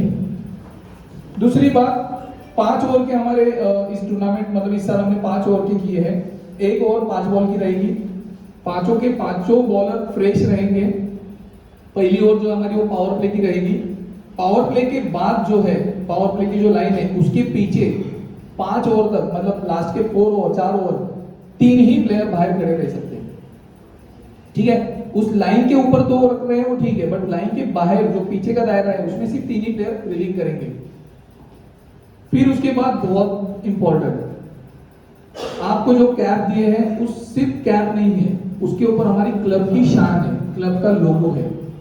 तो वो cap, T shirt, track pant, shoes compulsory है each and every single match. वो नए प्लेयर तो शायद भूलेंगे, मुझे नहीं पता, बट जूनियर नहीं भूलेंगे क्योंकि पिछले साल पेनल्टी खा चुके हैं। आपको ये पूरा ड्रेस कोड जो मिला हुआ है वो एक क्रिकेट के प्रति, उस टीम के प्रति रिस्पेक्ट का वो प्रतीक है, तो उसको हमें बहुत 110% रिस्पेक्ट देनी, ठीक है। फिर उसके बाद हर मैच में 2 रिव्यू अवेलेबल रहेंगे पर इनिंग, ठीक है। अब अगर बैटिंग करने वाली टीम है तो उसको बैटिंग करते समय 2 रिव्यू मिलेंगे, जब वो बॉलिंग के लिए आएंगे तभी उनको 2 रिव्यू मिलेंगे। नॉट नेसेसरी कि आपको दोनों भी यूज करने ही है, और बेमतलब के तो बिल्कुल यूज नहीं करने हैं। आपको लग रहा है कि मैं 100% लास्ट बॉल है और 100% में आउट हूं, फिर भी इन्हें ले लो रिव्यू, ऐसे मत कीजिए, क्योंकि फिर आपका वो जो फेयर प्ले अवार्ड है उसके ऊपर आपका वो सारी चीजें काउंट हो जाएगी। On field only captain vice captain objection decision ले सकते हैं। ये बहुत ज्यादा महत्वपूर्ण निर्णय है, क्योंकि इसके कॉन्सिक्वेंसेस भी मैं आगे बताने वाला हूँ। जब कोई भी मसला मैदान के अंदर होगा, कोई भी चीज होगी, और उससे अगर आप सहमत नहीं रहोगे तो आपको सबसे पहले रीच आउट होना है अपने कैप्टन या वाइस कैप्टन के पास। आपने अगर गलती से भी अंपायर के ऊपर ऑब्जेक्शन डायरेक्टली उठाया या थर्ड अंपायर के ऊपर उठाया या किसी और सामने वाली टीम के ऊपर उठाया, तो आपको पेनल्टी लग जाएगी। तो जब आपको कोई भी डिसीजन का मतलब ये लग रहा है कि बाबा मैं श्योर हूँ, आप कैप्टन वाइस कैप्टन के पास जाइए, उनको बोलिए आप रिव्यू के लिए जाओ, जाइए आप, मुझे 100% श्योर हूँ मैं, बट आप जाओ रिव्यू के लिए। फिर वो जाएंगे रिव्यू के लिए, आप सीधे रिव्यू के लिए जाओगे तो रिव्यू भी गाँव बैठोगे और आपको पेनल्टी लगेगा बॉलर से। समझ में आया सबको? दूसरी बात, जब आपकी बैटिंग रहेगी तो जो दो बैट्समैन रहेंगे मैदान में वो रिव्यू डायरेक्ट ले सकते हैं, वो जाके भी पवेलियन में पूछेंगे नहीं कैप्टन को कि लू क्या है, मैं क्या हो गया, वो ले सकते हैं क्योंकि वो मैदान के अंदर दो ही है तो ले सकते हैं। बॉलर के लिए साइड आउट बिल्कुल भी अलाउ नहीं है। हमारे बीच में कोई है, कोई रबाडा है, कोई मलिंगा है, जो बीच में क्या करते हैं पता है क्या, पांचवा बॉल, चौथा बॉल या लास्ट वाला बॉल है ना, डाल देते हैं क्योंकि उनको पता है लास्ट का बॉल है, उसके बाद क्या ऑब्जेक्शन निकलेगा, तो वो सीधा अंपायर नो ही निकालेगा। और नो निकालने के बाद उस चीज के लिए रिव्यू नहीं रहेगा। ध्यान में रखो, मेरा एक्शन चेक करो जाके कैमरा में, भैया मैंने डाला ही नहीं है, वो नहीं होगा। अगर अंपायर ने दिया डिसीजन साइड आर्म के लिए नो है तो नो ही है, उस चीज के लिए रिव्यू नहीं रहेगा। रिव्यू सिर्फ और सिर्फ आपकी स्टंपिंग के लिए, रनआउट के लिए, नो बॉल का जो नो का बीच वाला लाइन है उसको लेकर अगर आपको कुछ कंफ्यूजन है, बॉलर श्योर है कि नहीं मेरा आगे ही गिरा है और अंपायर ने नो दिया है, तो उसके लिए। बाकी मेरा साइड आर्म चेक करो, ये करो, वो करो, उसके लिए नहीं। अंपायर ने नो दिया तो नो दिया। दूसरी बात, साइड आर्म के साथ आपको रनिंग, वॉकिंग, बॉलिंग बिल्कुल भी अलाउ नहीं है। कुछ लोगों को आदत होती है कि ओरन की तरह चल के आके बॉलिंग डालने की, तो वो बिल्कुल भी अलाउ नहीं है। आप देखो, अभी अगर कुछ सवाल है तो इसके बाद मुझे पूछना है, बट अभी आपस में बात करोगे तो मैं बात करते रहूंगा, कुछ समझ में नहीं आएगा, फिर मैं वो दोबारा नहीं आपको रिपीट करूंगा। तो रनिंग बॉलिंग अलाउड नहीं है, आपको स्टैंडिंग ही बॉलिंग डालनी है उस बॉक्स के अंदर खड़े रहते। फिर उसके बाद आपको बैंड होके बॉलिंग नहीं डालनी है। हम कुछ मतलब प्लेयर्स को आदत होती है ऐसे एकदम गोटी की तरह के नीचे डाल के वो पेस जनरेट करना, या होता है किसी किसी का एक्शन होता है, बट वो हमारे टूर्नामेंट में नहीं है। आप खड़े रहते, जैसे मैं एग्जांपल के लिए बोल रहा हूँ, शफीक हो गया या डीके हो गया या ये निमेश हो गया, ये खड़े रह के जो पेस क्रिएट करते हैं, वैसे खड़े रह के आप कितना भी 200 किलोमीटर प्रति पेस क्रिएट करो, नो वरी, बट आप झुक के अगर उसका इस्तेमाल अपने बॉडी का इसका लेकर उसको पेस जनरेट करोगे और हाइट नीचे दबाओगे तो वो अलाउड ही नहीं रहेगा। कैसे अलाउड नहीं रहेगा मैं आपको बताता हूँ। अगर कोई प्लेयर ने एक बॉल वैसे डाला तो अंपायर ऑब्जेक्शन ले लेगा, वो बॉल नो बॉल दी जाएगी और उसके बाद उस बंदे को पूरी टूर्नामेंट में बॉलिंग अलाउ नहीं करेगी।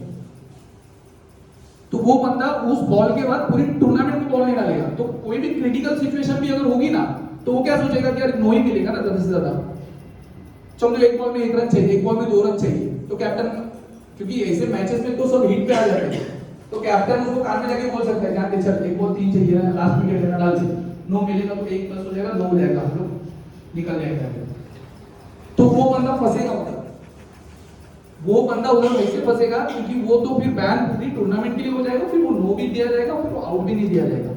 ठीक है, फिर उसके बाद हमारी वहां की विकेट सबने देखी है जो हमने बनाई हुई है सीमेंट की, तो उस विकेट के बारे में कुछ हमारे बॉलर है बहुत मुरलीधरन की तरह बहुत बाहर से टर्न कर रहे हैं और वो स्किल है, वो एक्चुअली स्किल है, हंसने की बात नहीं, वो बहुत अच्छी स्किल है, बट वो हमारे यहाँ पे जो सीमेंट के बाहर अगर बॉल गिरी तो वो बॉल नो बॉल रहेगी। ठीक है, अब नो बॉल के बाद आप बोलोगे कि अगर नो बॉल है तो विकेट है क्या? नहीं, नो बॉल पे उस बॉल पे कोई भी प्रकार का विकेट नहीं है, सिर्फ और सिर्फ रनआउट छोड़ के। ठीक है, बॉक्स में बता रहा हूं, बॉक्स पे आउट नहीं है। अगर उन्होंने बॉल बाहर मारा, मतलब बाहर से अंदर लाया और प्लेयर ने बाहर मारा तो वो नो का 1 रन मिलेगा और वो आउट नहीं रहेगा। समझ रहे हो? अगर उसने अच्छे से मारा और भाग रहा है 1 रन 2 रन और 2 रन या 1 रन पे भागते समय आउट हुआ तो रन आउट रहेगा। बाकी वो कोई भी स्टंपिंग भी नहीं होगा, कुछ भी नहीं होगा, सिर्फ और सिर्फ रन आउट छोड़। ठीक है, अंडरस्टूड एवरीवन ना? मैं जो बोल रहा हूं सबको समझ में आ रहा है? उसके बाद स्टंप पे मैंने वो बता दिया। नो बॉल तो आप सभी को पता है, नो बॉल पे सिर्फ रन आउट जो है वो ही काउंट होगा, बाकी सारी चीजें कुछ नहीं काउंट होगी। लेग बाइज के ऊपर आपको भागना ही नहीं है। बहुत सारे लोगों को आदत रहती है कि बॉडी टच हो गया, कुछ हो गया तो स्ट्राइक रोटेशन करने की, मतलब जानबूझ के नहीं करते, बट अगर बैट को बॉल नहीं लगा तो वो स्ट्राइक रोटेट कर लेते और बोलते कि रोटेशन हो गया, तो रोटेशन नहीं है, ओनली बैट से ही बॉल का आपका संपर्क हुआ तो ही आप रोटेशन स्ट्राइक कर सकते हो, अदरवाइज आप स्ट्राइक रोटेशन नहीं कर सकते हो। फिर उसके बाद ओवर थ्रो ही है, मतलब अगर 22 नहीं तो सिर्फ ओवर थ्रो ही हमारे काउंटिंग रहेंगे। हर मैच में या हर इनिंग में नया बॉल नहीं मिलेगा, हाँ ध्यान में रखो। पिछले साल से सारे जुने कैप्टन तो दे नो वेरी वेल कि एक ही बॉल हम चलाते 2 से 3 मैच तक, बहुत ही ज्यादा खराब हो गया, कपड़ा निकलने लग रहा है और फिर बैट्समैन को या बॉलर को बहुत ज्यादा बेनिफिट मिल रहा है, ऐसे अगर कैप्टन को लग रहा है तो हम चेक करेंगे, उसके बाद फिर वो नया बॉल उनको देंगे। कोई ऐसे नहीं बोलेगा हर इनिंग में नया बॉल तो मिलो, वो ऐसे नहीं होगा। अभी कोई भी ऐसे डिसीजन होता है जहाँ पे मैच फंस चुका है, ठीक है, बहुत ज्यादा इंपॉर्टेंट ये मैं बता रहा हूँ कि आपको ऐसे लग रहा है कि बहुत डिसीजन क्रिटिकल हुआ है, मैच फंस चुका है, अब 4 अंपायर जो वो भी डिसीजन ले नहीं पा रहे हैं, तो उस जगह पे मैच रेफरी जो होंगे वो आपको फाइनल डिसीजन देंगे और वो उनका एकदम से फाइनल डिसीजन होगा। उसके बाद कोई भी लेकर आर्गुमेंट उस डिसीजन को या उस डिसीजन को लेकर कोई भी चर्चा नहीं करेगा। तो आपने वो पीडीएफ का फाइल देखा होगा, तो सारे मैचेस में वही मैच रेफरी और जो हमारे मैचेस है उसमें मैंने फेस वैल्यू को रेफरी करूँ। तो अगर मेरे मैच में भी कुछ ऐसे संदेह हो गया तो मैं नहीं जाके चेक करूंगा, मैच रेफरी चेक करेंगे, उनको जो डिसीजन लगेगा वो फाइनल होगा, मैं भी उसके ऊपर कुछ ये नहीं कर सकता हूँ, ऑब्जेक्शन नहीं उठा सकता हूँ। नेक्स्ट रिव्यू जो है, पिछले साल हमने ऐसे किया था कि वो तो फिर मेले की तरह हमारी लाइन लग चुकी थी, लाइन लगी थी, हमने ऐसे किया था कि कैप्टन वाइस कैप्टन जाके देख सकते हैं रिव्यू का वीडियो, बट इस साल हमने वो पूरा बैन कर दिया। अगर आपने रिव्यू लिया है तो ओनली और ओनली 4 अंपायर्स ही देखेंगे, no any single player vice captain captain कोई बंदा उधर कैमरे तक नहीं जाएगा। आपकी जो स्ट्रेटेजी प्लानिंग है, बातचीत है, वो उधर ही रहेगी, उस कैमरे तक कोई नहीं जाएगा, उस कैमरे के भीतर सिर्फ 4 अंपायर रहेंगे। अब वो कैमरा चेक होता रहेगा तब मैं भी नहीं जाऊंगा, एज अ मैच रेफरी मैं भी नहीं जाऊंगा, फेस वैल्यू भी नहीं जाएंगे। अब जब वो 4 जन देख रहे हैं और उनको चारों को भी कंफ्यूजन हो रहा है कि क्या डिसीजन ले, क्या हम कुछ प्रॉब्लम है, देन फिर हम इंटरफेयर करेंगे, और फिर जब हम इंटरफेयर करेंगे तो हमारा डिसीजन जो होगा फाइनल होगा। फिर ये नहीं होना चाहिए जो पिछले साल बहुत बार ऐसे हुआ था, नहीं अभी हमको दिख रहा है, नहीं ये ऐसे हो रहा है, वो बिल्कुल भी इस साल नहीं होगा। हमारे 4 कैमरास है, पहला कैमरा बैटिंग कर रहे हैं वहां पे है, दूसरा कैमरा नो बॉल के इधर है, तीसरा कैमरा हमारा बॉलिंग एंड पे है, और चौथा कैमरा जो पूरी कवरेज हमारा जो है वो रिकॉर्ड करने वाला चौथा कैमरा है, ठीक है। बहुत ज्यादा अभी कैसे ना हमारे यहाँ पे एरिया वाइज एरिया टीम नहीं है, सब मिक्स प्लेयर है, तो स्लेजिंग कमेंट्स कोई बीच में आवाज निकलना, चेन्नई में है पानी जो ऐसे आवाज निकलता है बाउंड्री से, जो प्रैक्टिस मैच में भी उनके मैंने 5 माइनस कर दिए, सॉरी चेन्नई में था, दूसरी जगह पे गया, सॉरी हाँ सॉरी मैं वही देख रहा हूँ, चेन्नई में था दूसरी जगह पे गया, मैं नाम नहीं ले रहा हूँ उसका, बट ये सारी चीजें वहां पे एक्सेप्टेबल नहीं है हमारे क्लब में। तो अगर आप स्लेजिंग करते हो, कुछ भी प्रकार का स्लेजिंग, फिर ऐसे नहीं है, कुछ लोगों को लगता है ये भैया तो ये थोड़ी गाली है, 2 बार ऐसे हुआ मेरे साथ, अरे भाई ये थोड़ी गाली है, जो भी है हाथ दिखाने की जरूरत नहीं है सर, तो वो भी स्लेजिंग में काउंट हो जाएगा। हमें प्योर क्रिकेट खेलना है तो हमें पूरा प्योर क्रिकेट ही खेलना है।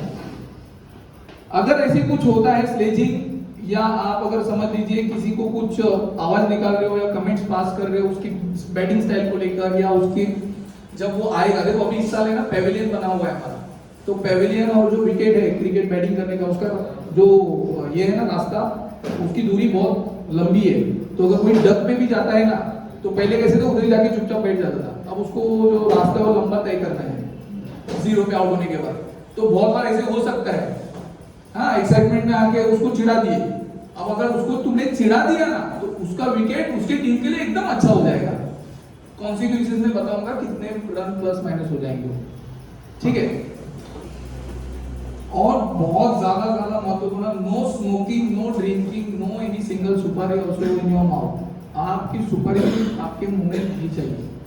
कुछ लोग बोलते हैं कि भैया गोवा गुटखा नहीं पर सुपारी तो चलेगी ना, वो भी हमें नहीं चलेगी। अगर आप लोगों को बहुत सारी आदत ही है कि उसके बिना मेरा कंसंट्रेशन होता नहीं है, तो च्युइंगम ठीक है, हैप्पी डेंट च्युइंगम ठीक है, बूमर च्युइंगम ठीक है, वो सारी चीजें ठीक है, बट राधा है, फिर ये है, फिर उसकी सुपारी, उसकी, वो कुछ भी नहीं चलेगा। ठीक है, अभी ये सारे जो हमने नियम बताए हैं, सारे एग्री है इस बात को लेकर? हाँ ठीक है। किसी को कुछ सवाल है या किसी को कुछ संदेह है इस चीज को लेकर जो अभी मैंने आपसे बताया?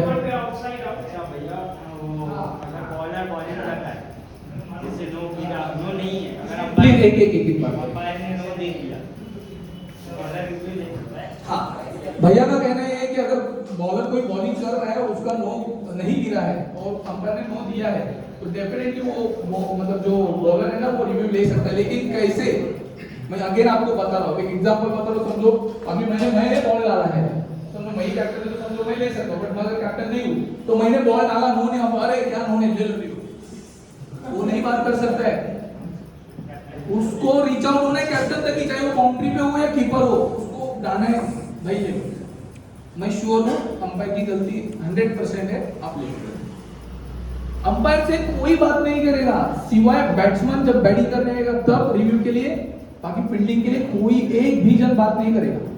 दूसरी बात, जब वहां पे आपकी टीम खेलती रहेगी तो किसी और की टीम के लिए आपको नहीं देखना है, क्योंकि हमारे ऐसे हुआ था पिछले साल के, अपनी टीम को नहीं दूसरे लोगों की टीम के पीछे लगे थे हाथों के, किधर बाहर घूमने जाना है क्या, किधर तकरीब पे खड़ा है क्या, कुछ कर रहा है क्या, तो निकालो फोटो, निकालो वीडियो, बैग के बाद भेजेंगे तो अपने मार्क्स रन बढ़ जाएंगे। तो प्लीज ऐसे मत करो, अपनी टीम को as a leader, as a captain अपनी टीम को तुम संभालो, बोलो हमको नहीं करना। अगर दूसरे कर रहे तो अंपायर देखेंगे, मैच रेफरी देखेंगे, बाकी लोग देखेंगे, ठीक है, तो वो ले सकते हैं। बट अगेन कैप्टन, देखो ये टोपी जो दी है ना, मैं एकदम सिंपल आपको बताता हूँ, ये टोपी जो व्हाइट है ना, इसका मतलब ये है कि ये बोल सकते हैं, और ये बाकी जो रंगी बेरंगी है ना वो गूंगे बहरे हैं। सिंपल, रंगी बेरंगी जो है वो गूंगे बहरे हैं, व्हाइट वाले बोल सकते हैं। दैट्स इट, बोल भाई। नो बॉल पे डायरेक्ट बॉक्स आउट ना, नो बॉल पे बॉक्स आउट है। मैंने कौन से नो की बात की पता है? हाँ, वो बॉक्स के बाहर डालेंगे ना। अभी मैं एग्जांपल, आपको बुरा नहीं लगेगा ना भैया, तो हमारे उस्मान भैया जो है ना बहुत ज्यादा टाइम करते हैं शिवम की तरह, और कभी कभी ये ना उस दायरे के बाहर जाते हैं। अगर उस समय पे अगर इनको एज लगा और बाहर गया तो इनका नो है, बड़ा आउट नहीं है, लाइन का नो है और बाहर वाला आउट नहीं है। हाँ, वो मनकर विकेट का अश्विन वाला, तो वो जो है ना वो हमारे यहाँ पे अलाउड नहीं है। बहुत अच्छा टॉपिक निकला आगे था वो। मनकर विकेट का जो है वो, अगर बैट्समैन खेल रहा है नहीं खेल रहा है XYZ जो भी है, अगर आपने बॉल डाला और कोशिश भी की तो नो है, विकेट तो बिल्कुल नहीं मिलेगा, नो है वो, ठीक है। दूसरी बात, बहुत बार लोगों को ना चेक करने की आदत होती है, कुछ लोग चेक करते हैं, अगर चेक करते समय ना अगर आपने चेक किया तो नो है, चेक आपको करने वार्निंग नहीं मिलेगी। और दूसरी बात, अगर कुछ लोगों के गलती से हाथ से बॉल निकल जाता है, बॉल निकल गया, अगर बैट्समैन को लग रहा है कि वो आके मारे तुमको तो वो मार सकता है, ऐसे जाके बड़े से उठाने का नहीं उसको और बोलने का नहीं हाथ इधर लग गया और छूट गया। जैसे अभी वर्ल्ड कप में डेविड वार्नर ने खींच दिया था हाफिज को, तो वो जब तक डेड नहीं होता ना बॉल, अंपायर बोलता नहीं है डेड है, और बैट्समैन का अगर प्रेजेंस ऑफ माइंड वहां पे अगर नहीं रहा, कुछ बैट्समैन रहेंगे बोलेंगे अरे जाके हाथ से निकल गया, उसने डेड कर दिया, खत्म। लेकिन कुछ अगर बैट्समैन स्मार्ट रहेंगे, मैच में पूरा रहेंगे, उनको पता चल गया कि इसके हाथ से बॉल छूटा हुआ है, वो वहां तक जाके उसको खींचने देना है उसको, तो वो खींच सकता है, ठीक है। हार गया तो वो नो हो जाएगा, आउट हो जाएगा। हाँ बोलिए। अगर 18 मिनट तक अपना मैच है, बॉलिंग अगर रिव्यू लेते तो टाइम काउंट होगा उसमें? देखिए एकदम सिंपल से हमने कैलकुलेशन वैसे ही की है, 1 मिनट में 2 बॉल, 17 मिनट में 34 बॉल, हमारी टूर्नामेंट में 25 बॉल की, तो 9 बॉल वैसे भी लेफ्ट हो गए, तो 9 बॉल के हमने अगर देखे तो 4.5 मिनट हमारे वैसे ही बचे, तो पूरा कैलकुलेशन करके हमने आपके सामने ये सब सारी चीजें रखी। भैया बाय पे थ्रो रन होगा, बाय पे थ्रो रन, जैसे कि कुछ भी नहीं, सिर्फ ओवर थ्रो है, 22 पे कुछ नहीं होगा, स्ट्राइक रोटेट ही नहीं होगा तो थ्रो कहां से आएगा? नहीं, जैसे कि अभी भैया बाय हुआ ये, और साथ में बाय पे रन तो नहीं ले रहे, वो इसके बाद और ये सबसे उसी का अटेम्प्ट किया, थ्रो मार दिया। ओके, अगर ऐसे अगर सिचुएशन आती है कि 22 को अगर यहाँ पे तो कंप्लीटली कह दिया कि बाय है नहीं, फिर भी वो स्ट्राइक रोटेट करने की जानबूझकर कोशिश कर रहा है, तो उसको रन आउट कर सकते हो, वो आउट रहेगा। नहीं लेकिन वो थ्रू भैया, लेकिन- चला गया या वन भी चला गया थ्रो मारा नहीं वो तो नहीं रहेगा, मीन्स नहीं रहेगा नहीं, वो थ्रो नहीं रहेगा ना भैया, नहीं रहेगा। चाहे वो पैर पे लगे या बाय जाए, चाहे वो बाय जाए कीपर के हाथ में या उसके पैर पे लगे। कीपर को लगे, कीपर को नहीं लगे, कुछ भी हो जावे, वो नहीं है। इवन अगर बदन पे बॉल लगता भी है और लाइन के बाहर भी जाता है तो आउट नहीं है, सिर्फ बैट से ही कनेक्शन होना चाहिए उसका। भैया भैया भैया कंप्लीट नहीं हुआ है। एक मिनट वेट कर, कंप्लीट हो जाए। कौन सा 22 पे लग के, मैं आगे वही बोल रहा हूँ ना, जब 22 को मतलब लग रहा है पैर में और टप्पा हो रहा है तो वो रन आउट नहीं काउंट हो जाएगा, ठीक है। अगर यहाँ पे लगा और मेरे हाथ में डायरेक्ट आया तो स्टंपिंग काउंट हो जाएगी। अगर मैं आपको थोड़ा सा ना इसका कंफ्यूजन क्लियर करा देता हूँ। अगर 22 का क्या मसला है कि अगर पैर को लगा और डायरेक्ट विदाउट टप्पा मेरे हाथ में आया और मैं पीछे से उसको लगा रहा हूँ तो वो स्टंपिंग काउंट हो जाएगी। अगर आपको लगा है टप्पा गिर गया मेरे हाथ में आया तो फिर मैं जब लगा रहा हूँ तो रन आउट हो जाएगा। तो रन आउट एक्सेप्टेबल है बट स्टंपिंग नहीं होगी उस समय। और जैसे भैया अभी सामने वाला पिच छोड़ देता है, चाहे उसको बाय पे भी हो गया तो पिच छोड़ देता है, तो अगर वहाँ पे फील्डर खड़ा है। इसको कॉम्प्लिकेटेड मत कीजिए, मैं आपको एक एग्जांपल बता रहा हूँ। मैं भी बैटिंग कर रहा हूँ, मैं आगे जाके हिट करने की कोशिश कर रहा हूँ, हाँ उसको आगे जाके मारने की कोशिश कर रहा हूँ, उस समय पे मेरे पैर को लगा और पीछे गया और उसने आउट किया तो आउट ही हो। वो सिंपल लॉजिक है। अब अगर खेलने के बाद उसको स्ट्राइक रोटेट करने की अगर बहुत इच्छा है उस समय पे रन आउट हो जाएगा हो और जाएगा। ये सवाल आएगा ही नहीं, क्योंकि ये जो आप बोल रहे हो ना कि वो स्टंपिंग है वो आएगा ही नहीं, क्योंकि जो प्लानिंग के साथ आगे जाकर मारेगा वो तो स्टंपिंग के लिए जाएगा और जो गलती करेगा वो रन आउट के लिए जाएगा। मैं स्टंपिंग का नहीं बोल रहा हूँ भैया, जैसे यहाँ का फील्डर उठा के वहाँ थ्रो किया, आउट रहेगा। हाँ रहेगा ना, रहेगा ना, ओके। आउट। हाँ भैया बोला, आप कुछ पूछ रहे थे। हाँ हो गया ना क्लियर? हाँ बोलो भैया। हाँ बेल्स हमने खर्चा किया है, मैच करना है। जब तक बेल्स नहीं गिरती है तब तक वो विकेट नहीं होगा। दूसरी बात अभी कॉन्स्टिट्यूशन मैंने बताया नहीं, बताऊंगा। बैट बॉल इसकी हमको बहुत रिस्पेक्ट करनी है, क्योंकि इसी चीज के लिए हम वहां पे इकट्ठा होते हैं। ये एक वजह है ना, ये एक वजह है ना जिसके लिए हम वहां पे आते हैं। तो इसकी सबसे ऊपर हमको रिस्पेक्ट रखनी है। बहुत बार ऐसे पिछले साल एक घटना हुई थी, बैट पटक दिए थे, फिर अपनी टीम को भी पटक दिए थे साथ में। हाँ ऐसे हुआ था, तो वो होना नहीं है। अगर बैट आउट होने के बाद अगर बैट तोड़ देते हो, बैट पटकते हो, तो उसका कॉन्सिक्वेंसेस आगे है। विकेट जाने के बाद अगर खुशी खुशी अगर उड़ाते समय मैदान के बाहर गया तो ठीक है, मतलब वो समझ में आता है कि वो खुशी मना रहा था और बॉल बाहर गया। बट अगर चौका मारा या कुछ भी गड़बड़ी हो गया, बॉल पटक के फेंक के टप्पा कुछ होते हैं ना, वो बाहर गया तो उसको भी आगे कॉन्सिक्वेंसेस है, तो मैं बताऊंगा। ठीक है, अब यहाँ तक सबको क्लियर हो गया? किसी को कुछ डाउट नहीं है ना? देखो मैं अगेन बोल रहा हूँ, हंसने वाले को नहीं बताएगा, जो आज नहीं है ना वो ऊपर। हाँ, और पिछले साल भी यही हुआ था। पिछले साल जो नहीं आए थे ना इधर, वही उन्होंने गड़बड़ी की थी और फिर परेशान हो गए थे, सर दर्द की गोलियां इनको खानी लगी थी कैप्टन लोगों को। भैया वो बाय पे थ्रो रन नहीं रहेगा, राइट? बाय पे थ्रो रन रहेगा नहीं, चाहे वो बाउंड्री भी चले जाए। ओके। अरे तुमने बोले थे ना भाई पैर पे, तुमने बोले थे ना पैर पे चौका क्लियर करो। आउट हो गया, जंपिंग आउट ही है, आउट हो गया। बॉल काउंट नहीं होगा ना, वो है ना।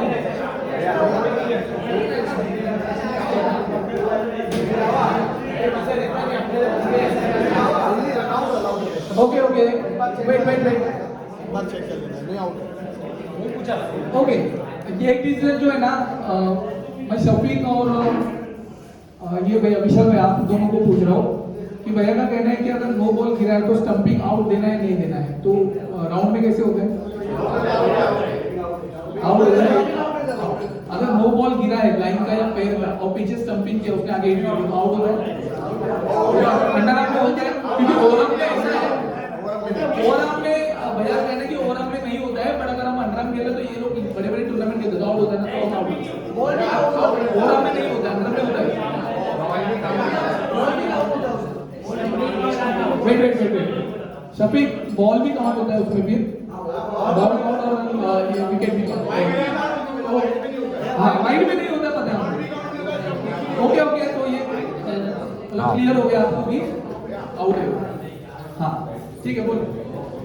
डायरेक्ट बॉल है एयर वाली बॉल बैट्समैन को चांस फिर आपने डायरेक्ट बॉल बॉक्स के बाहर निकल तो एयर में मार दिया और डायरेक्ट बाहर टू आउट है बॉल डाला में हाँ। एयर में मतलब पॉइंट के थोड़ा बाहर नहीं आउट नहीं। आगे मैंने वही बोला कि वो नो का ही रन मिलेगा। बॉल गिरा नहीं एयर में मारा ना वो गिरा नहीं मतलब डाला पूरा एयर में बॉक्स के बाहर अटेम्प्ट कर दिया उसने डायरेक्ट आउट ही रहेगा। मैं समझा नहीं, फुल टॉस बॉल बहुत रेयर केस ऐसा हो जाएगा कि वो बाहर जाके अटेम्प्ट करेगा वो मैदान के, बहुत रेयर केस हो जाता है। अगर ऐसे होता भी है ना तो उस बॉल को हम डेड बॉल घोषित कर देंगे, क्योंकि होगा क्या ना वो बैट्समैन भी फिर मैदान के बाहर ही आके खेल रहा है और बॉलर भी बाहर ही मार रहा है, तो दोनों का भी वहां पे डेड है। बहुत रेयर केस होगा, अभी तक हम 3 साल हो गए ऐसा भी केस हुआ नहीं है, बट अगर होता भी है तो अच्छा सवाल है कि वो डेड बॉल होगा। हाँ हाँ हाँ आउट आउट ये होता है, बहुत बार ऐसे होता है कि बैट्समैन आगे जाके खड़ा रहता है और ऊपर से बॉल आती है, स्टंपिंग करता है, आउट देता है, बॉक्स में आउट होता है। हाँ हाँ बोलो बोलो प्लीज प्लीज, जब एक जब बात कर रहे हैं ना। हाँ हाँ तो फिर वो वाइड हो जाएगा ना। हाँ तो फिर वो आपका ये है ना भैया, सुनिए ना भैया, वो आपकी और बैट्समैन के बीच में बैटल है ना। अगर देखो बॉलर को भी हमको फ्री रखना है, पिछले साल हमने 7 मैच के बाद बॉलर को लॉक कर दिया था, बट अगर आपके जैसा अच्छा बैट्समैन रहेगा वो हर बॉलर आपके आगे ही मार रहा है तो बॉलर का भी तो बैटल दिमाग चालू हो जाएगा ना, वो तो मुंह पे ही फेंक के मारेगा। अगर मुंह पे लगा तो बॉल डॉट है, अगर छूट के कीपर ने लगाया तो आउट है। भैया बॉलिंग डालने से पहले बैट्समैन जो रनिंग ले लेता है। और सुनो भैया, इसमें और एक चीज है, अगर कीपर के हाथ से छूटा, सुनो अभी कीपर के हाथ से छूटा तो वाइड हो जाएगी, डायरेक्ट स्टंप के बाहर आएगी। हाँ भैया बॉलर बॉल डालने से पहले जो बैट्समैन रनिंग ले लेता है तो उसके लिए क्या है? रनिंग ले लेते हैं। हाँ मतलब बॉल छोड़ने से पहले जो भागता है ना बैट्समैन। नहीं नहीं सुनो सुनो, नहीं कुछ नहीं, ऐसा नहीं है। अगर बॉलर को भाई सुन लो ना भाई, सुनो, बॉलर को हमने लॉक कर दिया है तो नॉन स्ट्राइकर को भी लॉक ही रहना है। जैसे बॉलर कुछ बॉक्स के बाहर जाके बॉल नहीं डाल सकते ना भाग के, तो बैट्समैन भी नॉन स्ट्राइकर भाग नहीं सकता उसमें बॉल डालने से पहले, तो वो अंपायर को वार्निंग करनी है बॉलर ने, मतलब जो भी बॉलिंग का सिंपल है, मैं बता रहा हूँ। अभी वो बैट तो अंदर रखेगा ना, हाँ तो अगर ये बॉल डालने से पहले वो भाग के निकल रहा है तो, क्योंकि क्यों मैं बता रहा हूँ, क्योंकि हमने मनकर विकेट रखा नहीं तो उसको प्लस बेनिफिट हो जाएगा कि वो बोलेगा अरे मनकर विकेट है ही नहीं तो मैं भाग निकल देता हूँ। तो ऐसे समय पे ना वेरी फर्स्ट वार्निंग आपको आपके कप्तान को बताना है कि भाई ये पहले ही निकल रहा है, फिर कप्तान अंपायर से बात करेगा, फिर अंपायर देख रहे हैं कि अगेन वो निकला तो उसको सीधा आउट देंगे, सिंपल आउट। ओके पहली वार्निंग देंगे, अंपायर बात करेगा उससे, भाई तू बाहर निकल रहा है बॉल मारने से पहले, वापस निकला तो उसको घर जाना। ओके नाइस भैया, ये सही रहेगा, बेस्ट है। बॉल डालने से पहले तो निकलोगे ना। और एक दूसरी फिर बात सुनो जरा, दिमाग लगाओ, बाद में फड़फड़ाएंगे। सुनो भाई, पावर प्ले की जो बाद में फड़फड़ाएंगे ये सब, ये बहुत इंपॉर्टेंट चीज है। पावर प्ले की जो लाइन है ना, पावर प्ले की जो लाइन, वहां पे ना बहुत सारे ना बाकी लोगों का ध्यान होता है, वो प्लेयर का और वो बैट्समैन का काम होता है, बट बाहर के लोगों का ध्यान होता है, गया देख पीछे देखा, पहले ही गया, फिर वो इसको बताएगा देखा तुम्हारे मैच में ध्यान रखो, राहुल है ना बहुत बार पीछे भागता है, वो सारे बॉल इसके लिए पकड़ के पहले ही भागता है, तो आपको देखने की जरूरत नहीं है, जो रेफरी है जो वहाँ पे सब कुछ देखने वाले हैं वो लोग देखेंगे, आपको नहीं, आपको जो अपना प्लान बनाना है अपने टीम, ठीक है। अभी कॉन्स्टिट्यूशंस की और तरफ मैं जाता हूँ। जैसे मैंने कहा कि सेक्शन 1 में ना स्लेजिंग, कमेंट्स, नॉइज मेकिंग, अगर ऐसे कुछ भी होता है on ground, even of field में, ऐसे नहीं कि चार रस्सी के अंदर हुआ और बाहर जाके उसको मारा, चमाट दिया या कुछ भी, ऐसे नहीं होगा। अगर वो कंप्लेंट क्लब तक आ गई तो उसके ऊपर वो एक्शन होगा, तो 5 रन का बेनिफिट होगा, ठीक है। अगर किसी ने स्लेजिंग किया तो अगर आउट होते समय वो जा रहा है, वो स्लेजिंग किया, और कोई भी चीज, ये भी जितनी भी घटनाएं होगी ना, उसका एविडेंस अवेलेबल होना चाहिए। ऐसे नहीं होगा, तो समझो एग्जांपल आयन और मैं, हम लोगों का मैच है और मैं आउट हो गया, आयन ने मुझे चिढ़ाया, और एकदम हल्के भी चिढ़ाया, जो किसी ने सुना ही नहीं है, सिर्फ मैंने ही सुना है, उसका एविडेंस अवेलेबल नहीं है, तो मैं जाके ये नहीं बोलूंगा नहीं इसने मेरे को चिढ़ाया है, एविडेंस अवेलेबल नहीं है, एविडेंस हमारे पास, तो वो सॉफ्ट सिग्नल जाएगा। अगर उसने चिढ़ाया है, वो 2-3 लोगों ने देखा हुआ है वहां पे, और 2-3 लोग मतलब कौन, ये नहीं देखने वालों में से नहीं, हमारे जो 16 लोग वहां पे रहने वाले हैं, 8 कैप्टन 8 वाइस कैप्टन, 4 अंदर रहेंगे 12 बाहर रहेंगे, तो वो 12 लोग पूरी देखभाली करने वाले, तो वो 12 लोग देखेंगे, उस 12 लोगों की ही वो राय एक्सेप्ट होगी। नहीं तो पता चला कि पहले ही फिक्स हो गया, तो ये मैच में ऐसा था, बाकी जगह ना उधर फिर मैं आवाज देता हूँ, फिर भैया को जाके बोलेंगे इसने ऐसा बोला, आप 5 रन मैच, वो नहीं होगा। सिर्फ 12 लोग जो कैप्टन वाइस कैप्टन के वो करेंगे। हाँ बोलो, हाँ बता, आगे है आगे है। अम्लीय पदार्थों का सेवन अगर आपने किया विद एविडेंस, सुनो बहुत बहुत जरूरी है, अम्लीय पदार्थों का सेवन किया, चाहे वो चैनी कहीं हो, नशवार हो, फिर तुम्हारा कोई राग हो, सुपारी हो, कुछ भी हो, रन देखो कितने बेनिफिट है। जहाँ पे 5 रन है वहां पे 15 रन का बेनिफिट होने वाला है। सुनो 15 रन का बेनिफिट होने वाला है। अगर एग्जाम्पल के तौर पे हैदराबाद के किसी प्लेयर ने कुछ चीज खाई, उसकी एविडेंस हमारे पास आ गए, वीडियो आई, फोटोज आई, XYZ, हमारे पास वो सबमिट हुआ। हैदराबाद की मैच है समझो चेन्नई के साथ और हमारी पहली बॉलिंग है, तो सामने वाली टीम के पहले ही बॉल पे 15 रन रहेंगे, मतलब 0 बॉल 15 रन रहेगा, और मेरी बैटिंग है हैदराबाद की, तो मेरा 16वां जो रन बनाएगा ना मेरा बैट्समैन, वो मेरा पहला रन काउंट हो जाएगा। तो ये चीज जो नशीले पदार्थों की है, तो वो उसको लेकर बहुत बहुत बहुत स्ट्रिक्ट रहना है और अपने आप के लिए रहना है। अब मैं जैसे पहले बोला ना, इसके पीछे उसके पीछे कैमरे के भागना नहीं है, क्योंकि पिछले ऐसे हुआ था, कहा डॉक्टर के यहाँ पे आके लोग छुप छुप के कुछ कर रहे थे, मुझे बाद में पता चला, और फिर जब कोई दूसरा जा रहा तो फेक बिक रहे थे, एकदम सीधे खड़े थे, तेरी भी चूक मेरी भी चूक, ऐसी भी कुछ घटनाएं हुई है, तो वो ऐसे घटना ही नहीं होनी चाहिए, ठीक है। फिर डिसिप्लिन को लेकर, जैसे प्रॉपर यूनिफॉर्म का डिसिप्लिन हो गया, उसको लेकर 3 रन का बेनिफिट है इस साल में। आप अगर मैदान के अंदर उतर रहे हो तो प्रॉपर आपका यूनिफॉर्म ड्रेस कोड होना ही चाहिए। सिर्फ बॉलर जब बॉलिंग करेगा उस समय उसको कैप निकालने की इजाजत है, बैट्समैन जब बैटिंग करेगा उस समय में भी अगर बैट्समैन अनकंफर्टेबल है कैप को लेकर तो वो कैप उतार सकता है, लेकिन जब फील्डर फील्डिंग करेंगे तो सारे फील्डर अपने पूरे ड्रेस कोड में ही रहेंगे। शर्ट आपका जो टी शर्ट जो है वो इन ही रहेगा।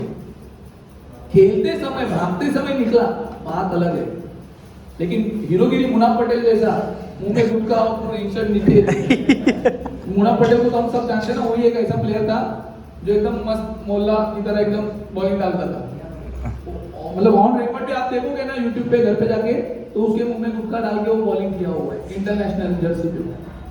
हाँ, तो वो हमको नहीं चाहिए मुन्ना पटेल, हमको यहाँ पे सचिन तेंदुलकर विराट कोहली चाहिए, तो वो एक्सेप्टेबल नहीं है। अगर ऐसी चीज होती है तो देखो सिंपल सी बात है, अगर शफीक बॉलिंग कर रहा है, उसने जंप मारी और बॉल रुकाने के लिए उसका पूरा शर्ट बाहर निकला, ये कोई ऑब्जेक्शन वाली बात नहीं हुई कि अरे उसका बाहर निकला, नहीं, बट वो उसको पता ही नहीं है, सेंस ही नहीं है, ध्यान ही नहीं है, उसको बाहर निकलेगा तो तेरा ये निकला तेरा वो निकला है, फिर भी उसके ध्यान में नहीं है, तो फिर पेनल्टी बैठेगी और 3 रन की पेनल्टी बैठेगी। अगर कोई अगर बॉलर वाली टीम है तो उसके लिए 3 रन प्लस हो जाएंगे, बैट्समैन वाली टीम है तो उसके बैटिंग में 3 रन ऐड हो जाएंगे, ठीक है।